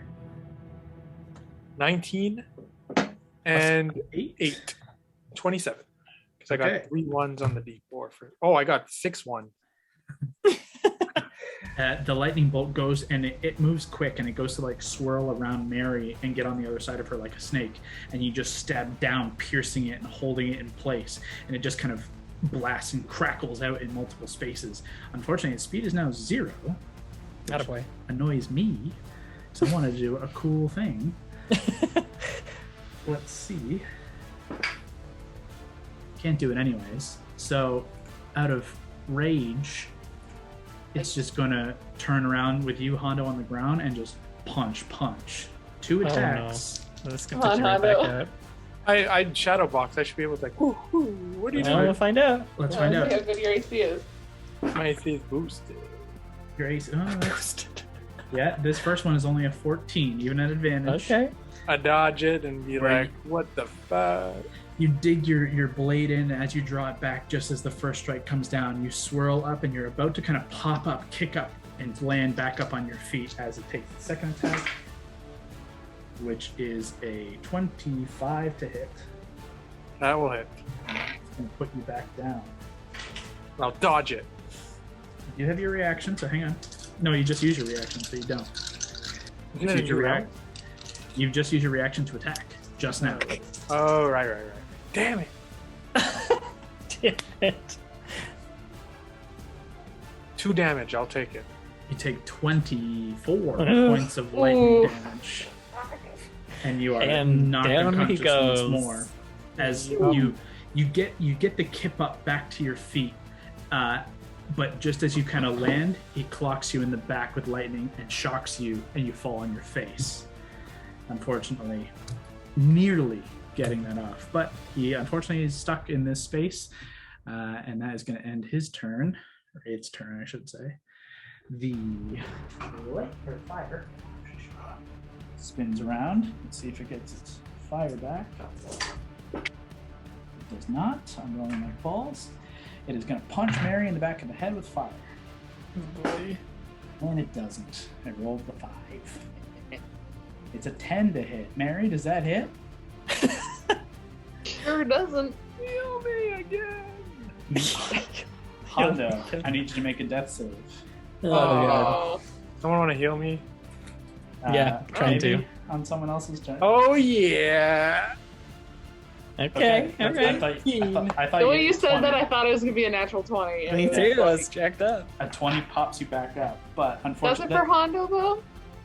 I'd still, a natural 20 still is gonna still count. Do its thing. But Hondo, that's 1 success. Alana, we're to you. You're on the ground. Oh, I landed. Okay. What? So I obviously just heard this guy, and he said, I'm not the one making it. Yeah, I'm not the one doing this. Conversing with Valentine, he seems very nonchalant. Not concerned. These things will pass. I'll just kind of say to him, like, wait, what are you talking about? What's doing this? We need to stop. We're all hurt here. We can't keep doing this. He looks and says, my apologies. The echoes of the past are in the past. However, we are also in the past and the future and the present. This is an odd place. That's all he said. Okay. I'll just be like, oh boy, okay. And then, where is Gord from me? So He's far. Gord is way Far? over here, down here. You see the cloud. Like, the cloud is. Hondo's also down. Yeah. Okay. So the edge of the cloud is about 65 feet. You don't necessarily know Gord is on this point, but you'd say the middle is about 80 feet to this point. And am I able to get to Hondo? You are. You get 30, puts you there. She goes more than 30, doesn't she? 35 puts you there. Thought it was more than that. You have 20 feet to Hondo still. Okay. You also have an action surge. Yeah, and I'll use telling you that. to use it right now. I was just gonna say, yeah, I'll use the action surge and get my way over to Hondo. You got it. You get there, you use your action to dash. That only leaves you a bonus action. Okay. Well, Unless no, she hasn't uses- used an action yet. Oh, sorry. Action so surge. First action surge now. Yeah. Right. Yep. Okay. So you could give him a potion. And I was gonna. So I'll give him. I have 2 regular and a superior, so I will use the superior. Okay. I believe. Actually, you know what? I don't know superior off the top of my head. I have it in my notes. I think it's 8d4. Inventory. Healing. Superior. Superior is 8d4 plus 8. Plus 8, nice. 8d4 plus 8. Man, this fight, Jesus Christ. Right. I just need one more. Like, hills and valleys. Oh, the Dragon Queen's dead. That seems pretty good. Oh, timeless magic is killing us all. What?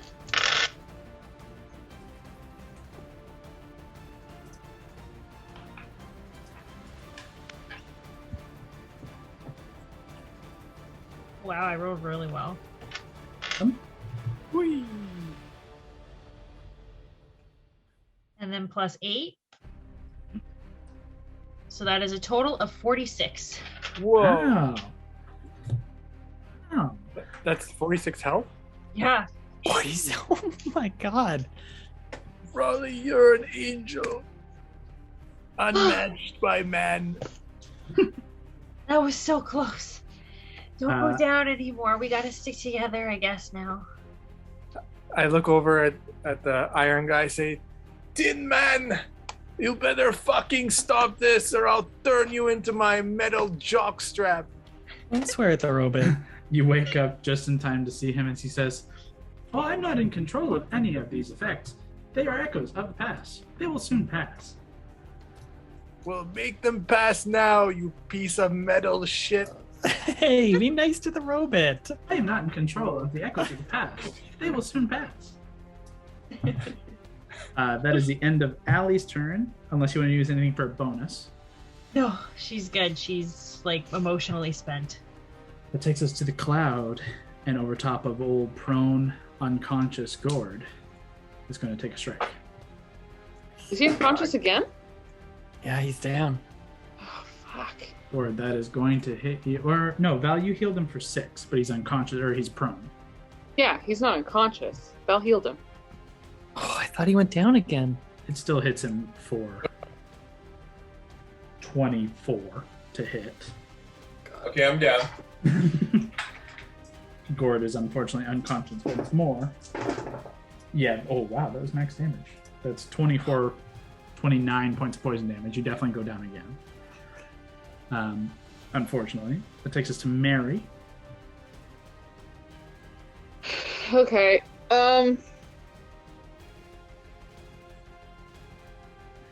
Hondo's healed and in good shape. I think the plan is to just get away from these guys. Mhm.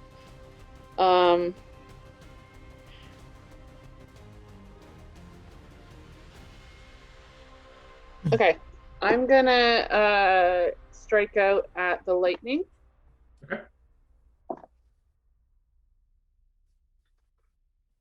That's a 19. That'll hit. Yep. Yeah, I'm using my Dragon Slayer, so it's not quite what I'm used to for my bonuses. Okay, so I'm also going to use Oliver. Get the fuck down, you little cat shithead. Sorry, I'm just trying to remember what it's called. Okay, I'm going to use a maneuvering attack. To add damage. There's my D10. There it is, so we'll do that first. Oh, yeah, max on the 10. So that is 16 plus 22 points of damage. Mary, as you just spin and slice, you just cut it in half and it just dissipates. Oh, fuck. Okay, well, I used that for nothing, but that's fine. Just basically calling out to Alana, it's like, get the fuck out of here. Okay, never mind. The point was you're supposed to be able to use your reaction and half your movement to move without getting an attack of opportunity. But it doesn't matter anymore. And I'm like, it's dead. Because it's dead. It's like, okay. And I'll just, well, fuck it, and go and try to swipe out at the fire. You got it, go ahead. I got 2 more attacks, may as well use them. Yeah. Ooh, that's actually not great. That's only a 17. That hits. Okay.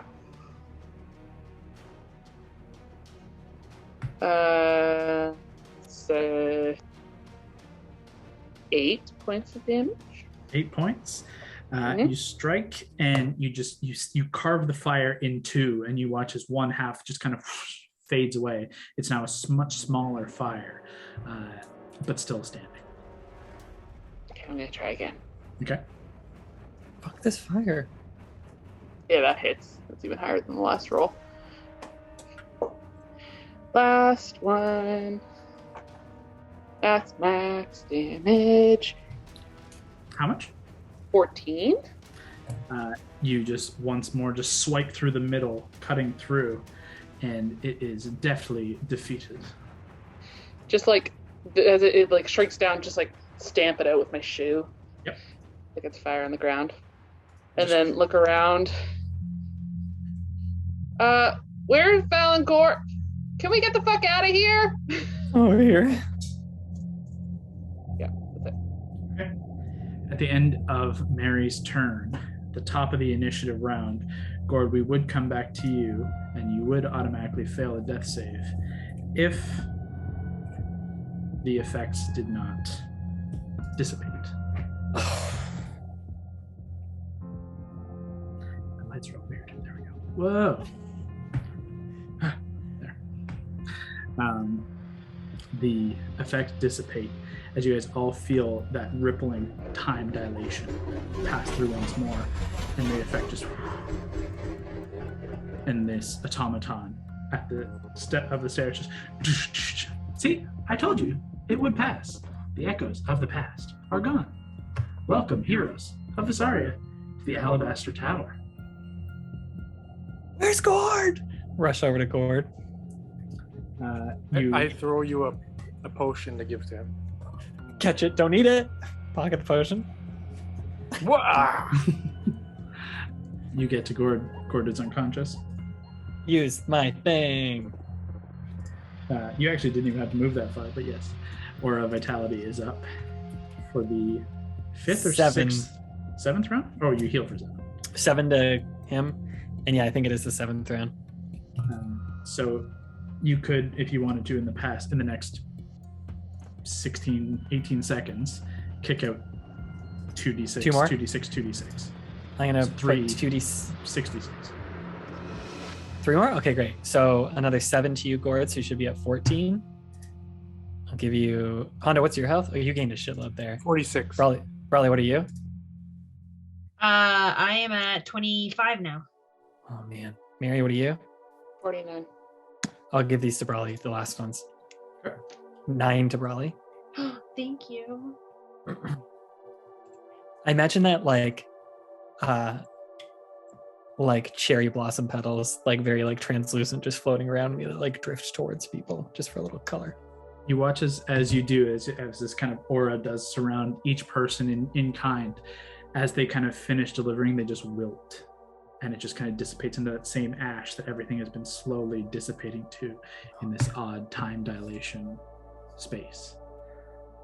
You just hear stepping up behind you, this massive figure. I'll help Gord up. Hi there. Thank Hello. you for... Oh.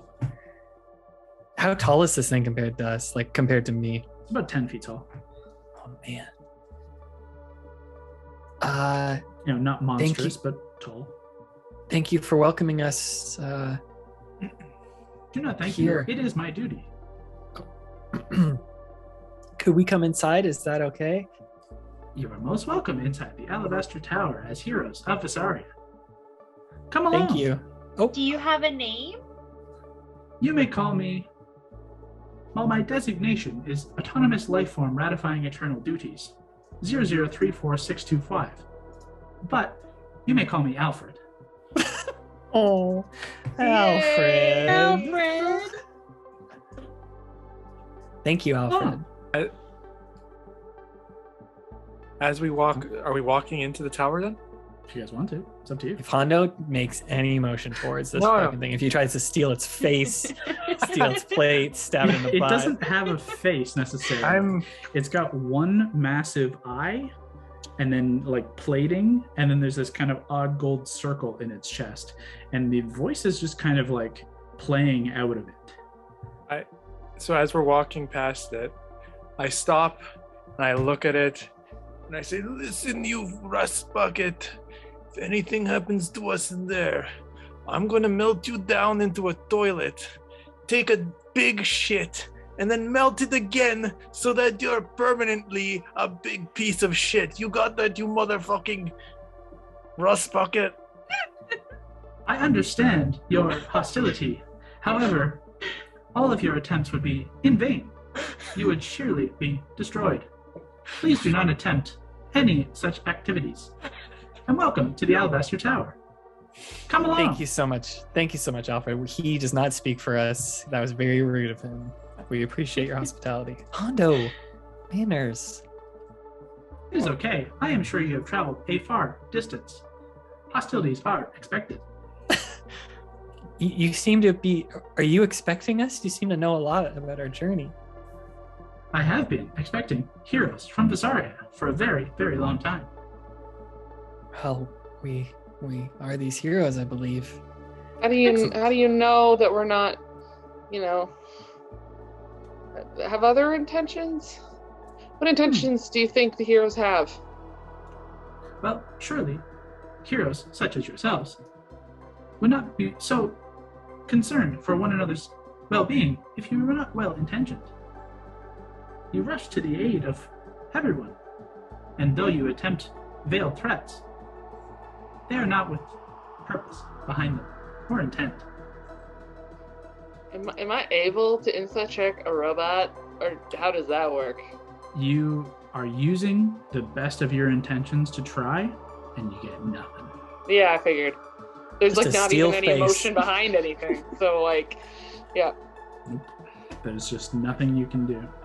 How about us walking into this thing? What does it look like as we get close? So as the battle has finally fallen and you get a chance to really look around, as I described kind of mid-battle, there are these kind of ringed walls that are mostly destroyed, with the exception of the section that Brawley and Valentine, you guys were atop at one point.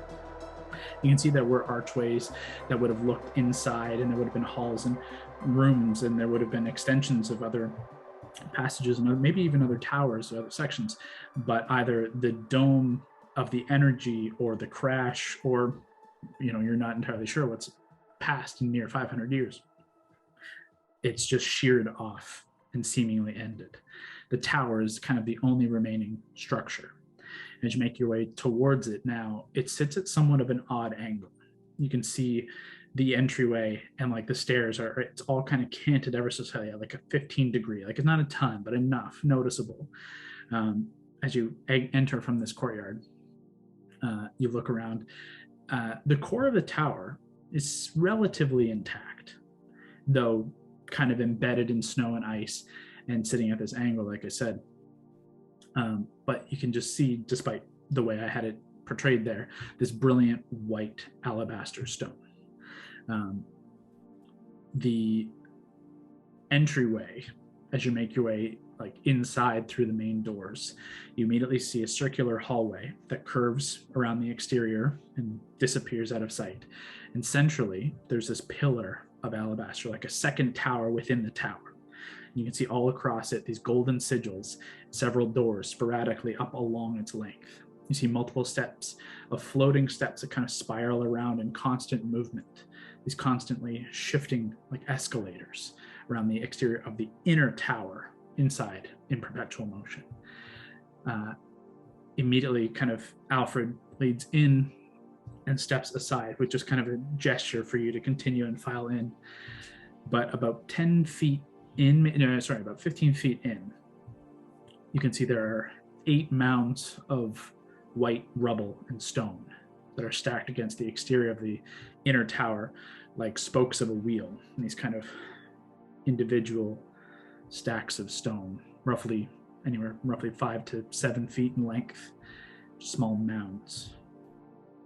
The otherwise, in the interior of the tower is immaculately clean, despite the otherwise state of destruction. And the doors close as the last of you kind of make your way inside. And Alfred just says, "Welcome again to the Alabaster Tower. Now, my master would certainly like to speak with you, but you look rather hurt. Perhaps you would like a moment of rest." I look at the party when he says master. Yeah, I think we could use a rest. Yeah. Or maybe you could heal us. I'm sorry, I'm not a healing robot. Does exist? It's a robot. Get one, you idiot. Hey, Hondo, stop being so rude to this nice robot.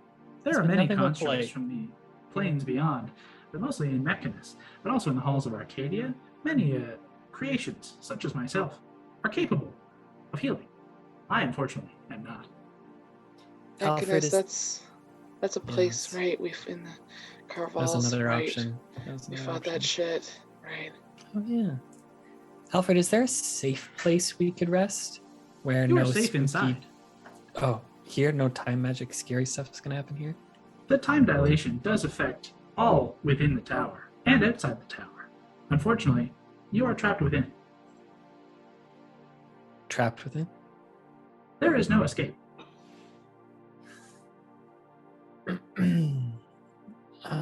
That's a lot to take in right now. You guys want to just take a breather here for a bit as we chew on that? Yeah, we kind of all look like shit.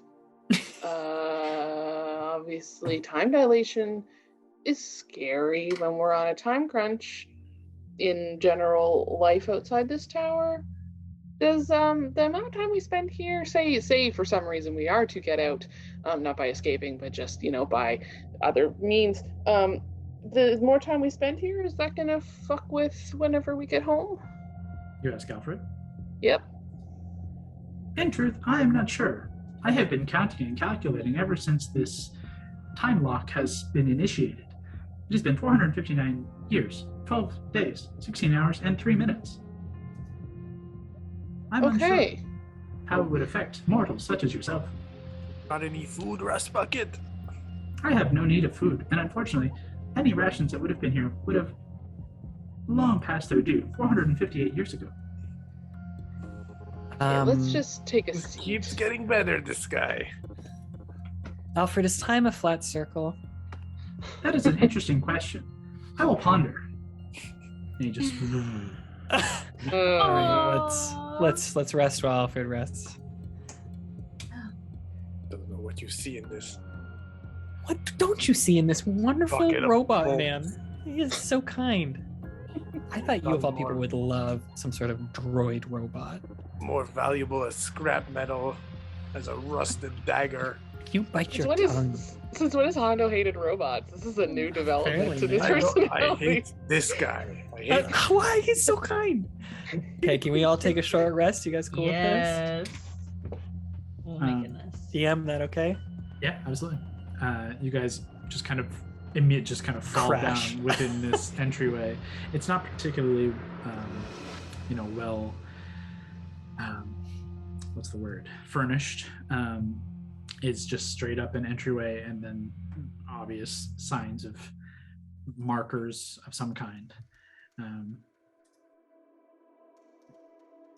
So if you guys want to go Are we ahead and rolling do our it. die? Or Yeah, you guys are more Yeah, than D&D welcome to Beyond's do so it. good at it now. They add it for you. It's so For rest. great. Do we have a song of rest, Scott, or no? You sure do. I'm singing it. Okay. Listen, I'm sure we're gonna get through this. We've always gotten through it. Time Lock, The Abyss, Hell. It's more less of a song, more of like just a motivational rambling. So add. What is my song of rest now?